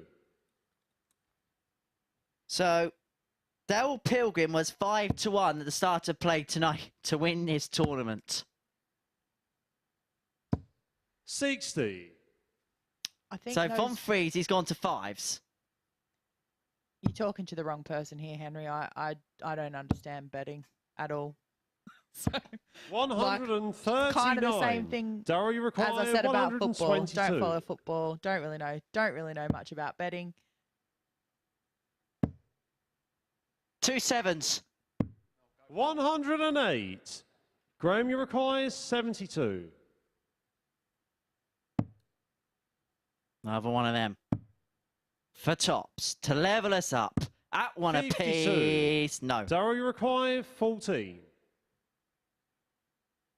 Straight for the double 7. Game shot to on the make it second 2-0. leg. And a break of throw for Darryl Pilgrim.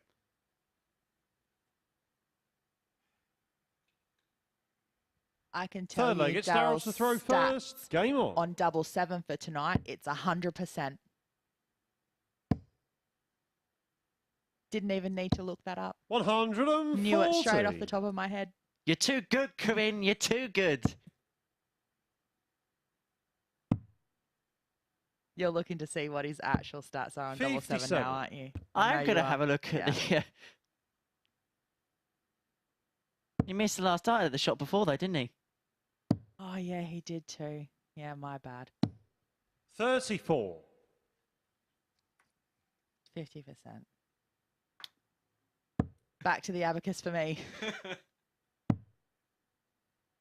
Statistically, that was the first stat you got wrong tonight. It's probably not going to be the last either. It has been an absolute pleasure the last couple of nights, Corinne. I bet this is the most fun you've had in a long time, isn't it, Henry? I've absolutely loved every single second of it. Thank you for your company, Corinne. Been really good fun. Great to have Wolfie with us as well. Earlier on today, we've had Mesa with us in the commentary box. Been quite privileged with commentary partners. And you're going to be teamed up with Paul Nicholson. 37. Yes, my fellow Australian tomorrow night. Looking forward to it. Just one more stat for you. You have made history here at the MODUS Super Series because you are the first ever female commentator. 57. Wow. Darryl, you Set foot in require this commentary box. 154. Fallon has been here before, but you are our first, shall we say, permanent session commentator at the Super Series. Can I get that on a trophy? We'll put it on the name tag. 53. No, it's actually been really fun. I have enjoyed myself a lot, so I am looking forward to coming back to tomorrow night. 93. And Darryl, I you have require no doubt that 101. Nico has just as many stats and puns as what you do. You wouldn't believe. It's double seven again. No. 87. It was double seven. Graham, you require 154. Well, he's on a 50% success rate on it. Why wouldn't he go for it again? He's just knocked that down to about 33.3%. Is that right? I don't know. And then Graham Hall from the 54 went for 2 balls. It's Darryl, you require a bit of craziness 14. and a bit of madness in our final game of the evening.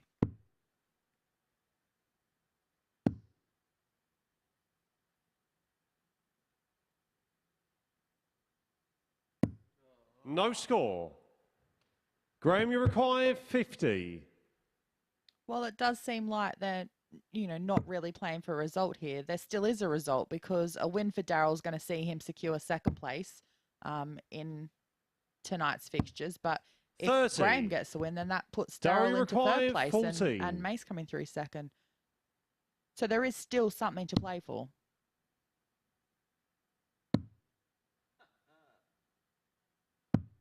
$10. And this is for the break for Graham Hall. You require 20. 2 10s.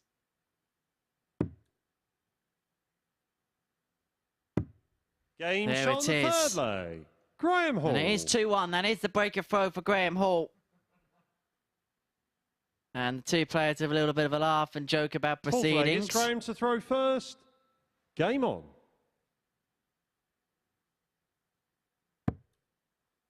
It's a different atmosphere up on that stage now to what it was earlier in the night. You wouldn't have had the two 40. players laughing and joking in the earlier matches of this evening session.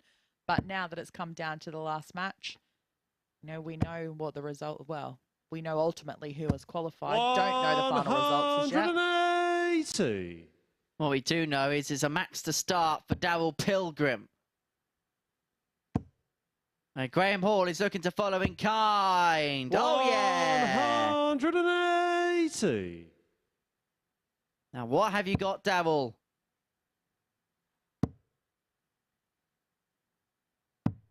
Not another 180 by the look of it.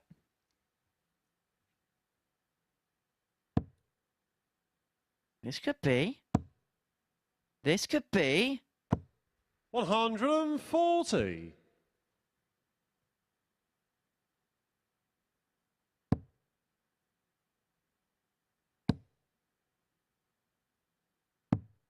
$177. Graham, you require 141.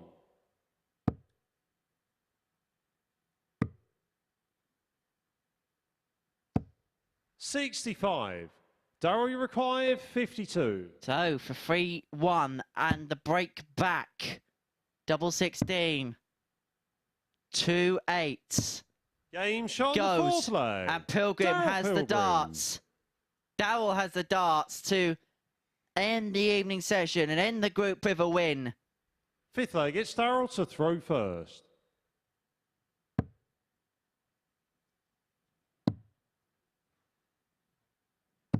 $134. He's so good on that cover shot of the 57s. It's not often that he, does miss it.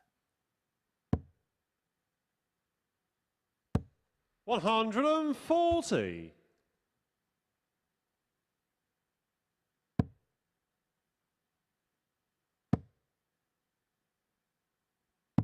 $137. Well, Ciaran, it's been an absolute pleasure sharing the commentary box with you over the last couple of days, but it's now time to send you up to the balcony for some final thoughts with 134. Abigail Davies.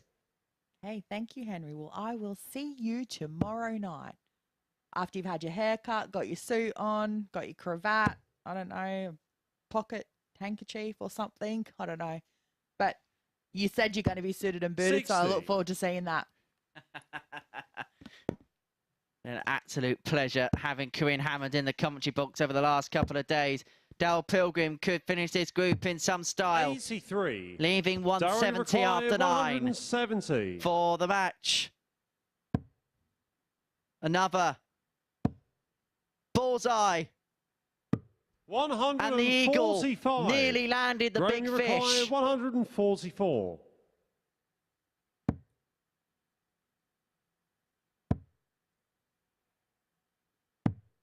$42.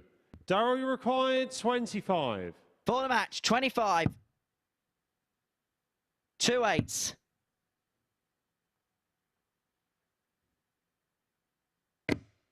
$9. But that double goes in and out, and so Hall Graham, gets you another require opportunity 102. on 102 to bring it back to 3-2. 62. And so Pilgrim Darryl, you returns for require double 8. 16.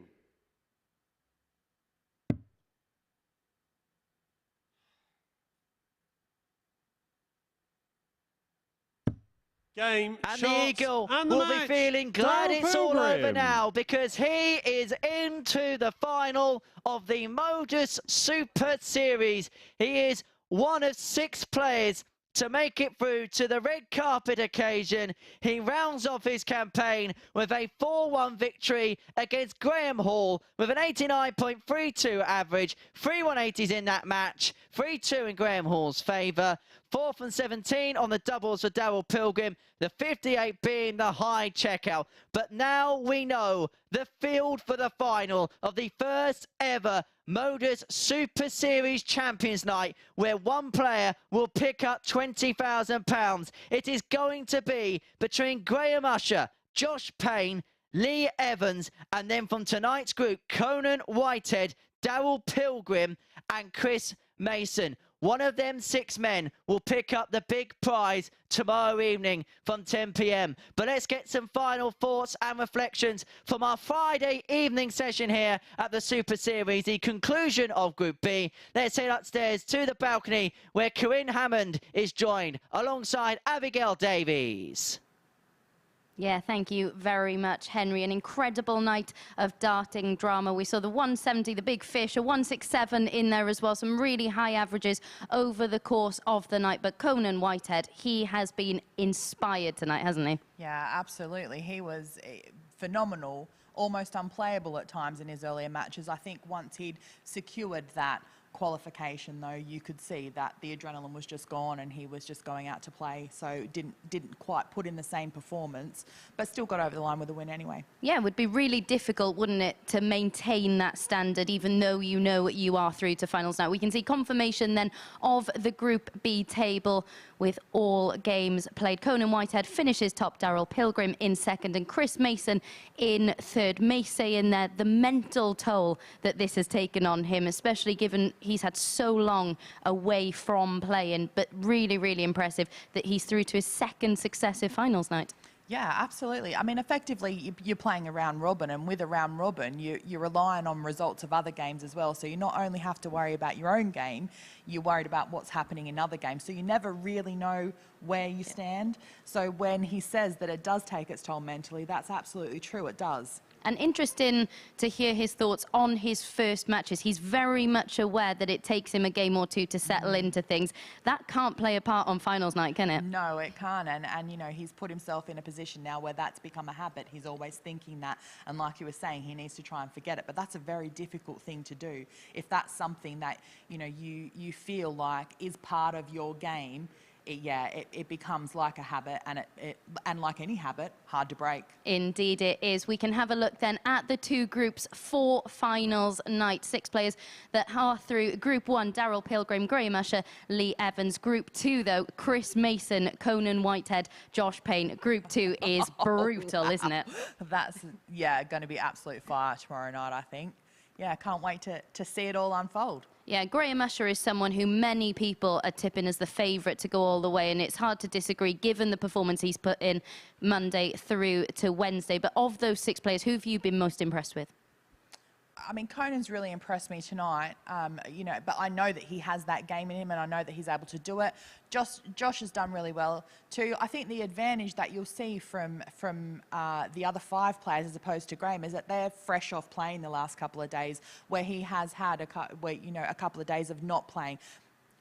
But that could go either way. Maybe the couple of days rest will work for him, or you know, it could work in favour of the others. I think those that have played in tonight's group would be at the advantage having played in the evening, whereas Josh and Lee have come off playing in the morning sessions to then turn to tomorrow night playing again. And on that note as well, I did hear earlier that Graham is staying somewhere without a dartboard in his house, so not really getting the practice in away from this. Is that something you can understand, or would you want to be constantly at the board? I absolutely understand that. I'm pretty much the same. I'm not a practicer. And if that's what works for him, there's no reason at all for him to change that. So yeah, I can understand that. Yes, certainly been working for him this week, hasn't it? We get finals night underway from 10 p.m. tomorrow on Sporty Stuff TV. We look forward to seeing you then. The MODUS Super Series, brought to you in association with Bet365, Betfair, Betfred, Coral, Ladbrokes, Paddy Power, Unibet and William Hill.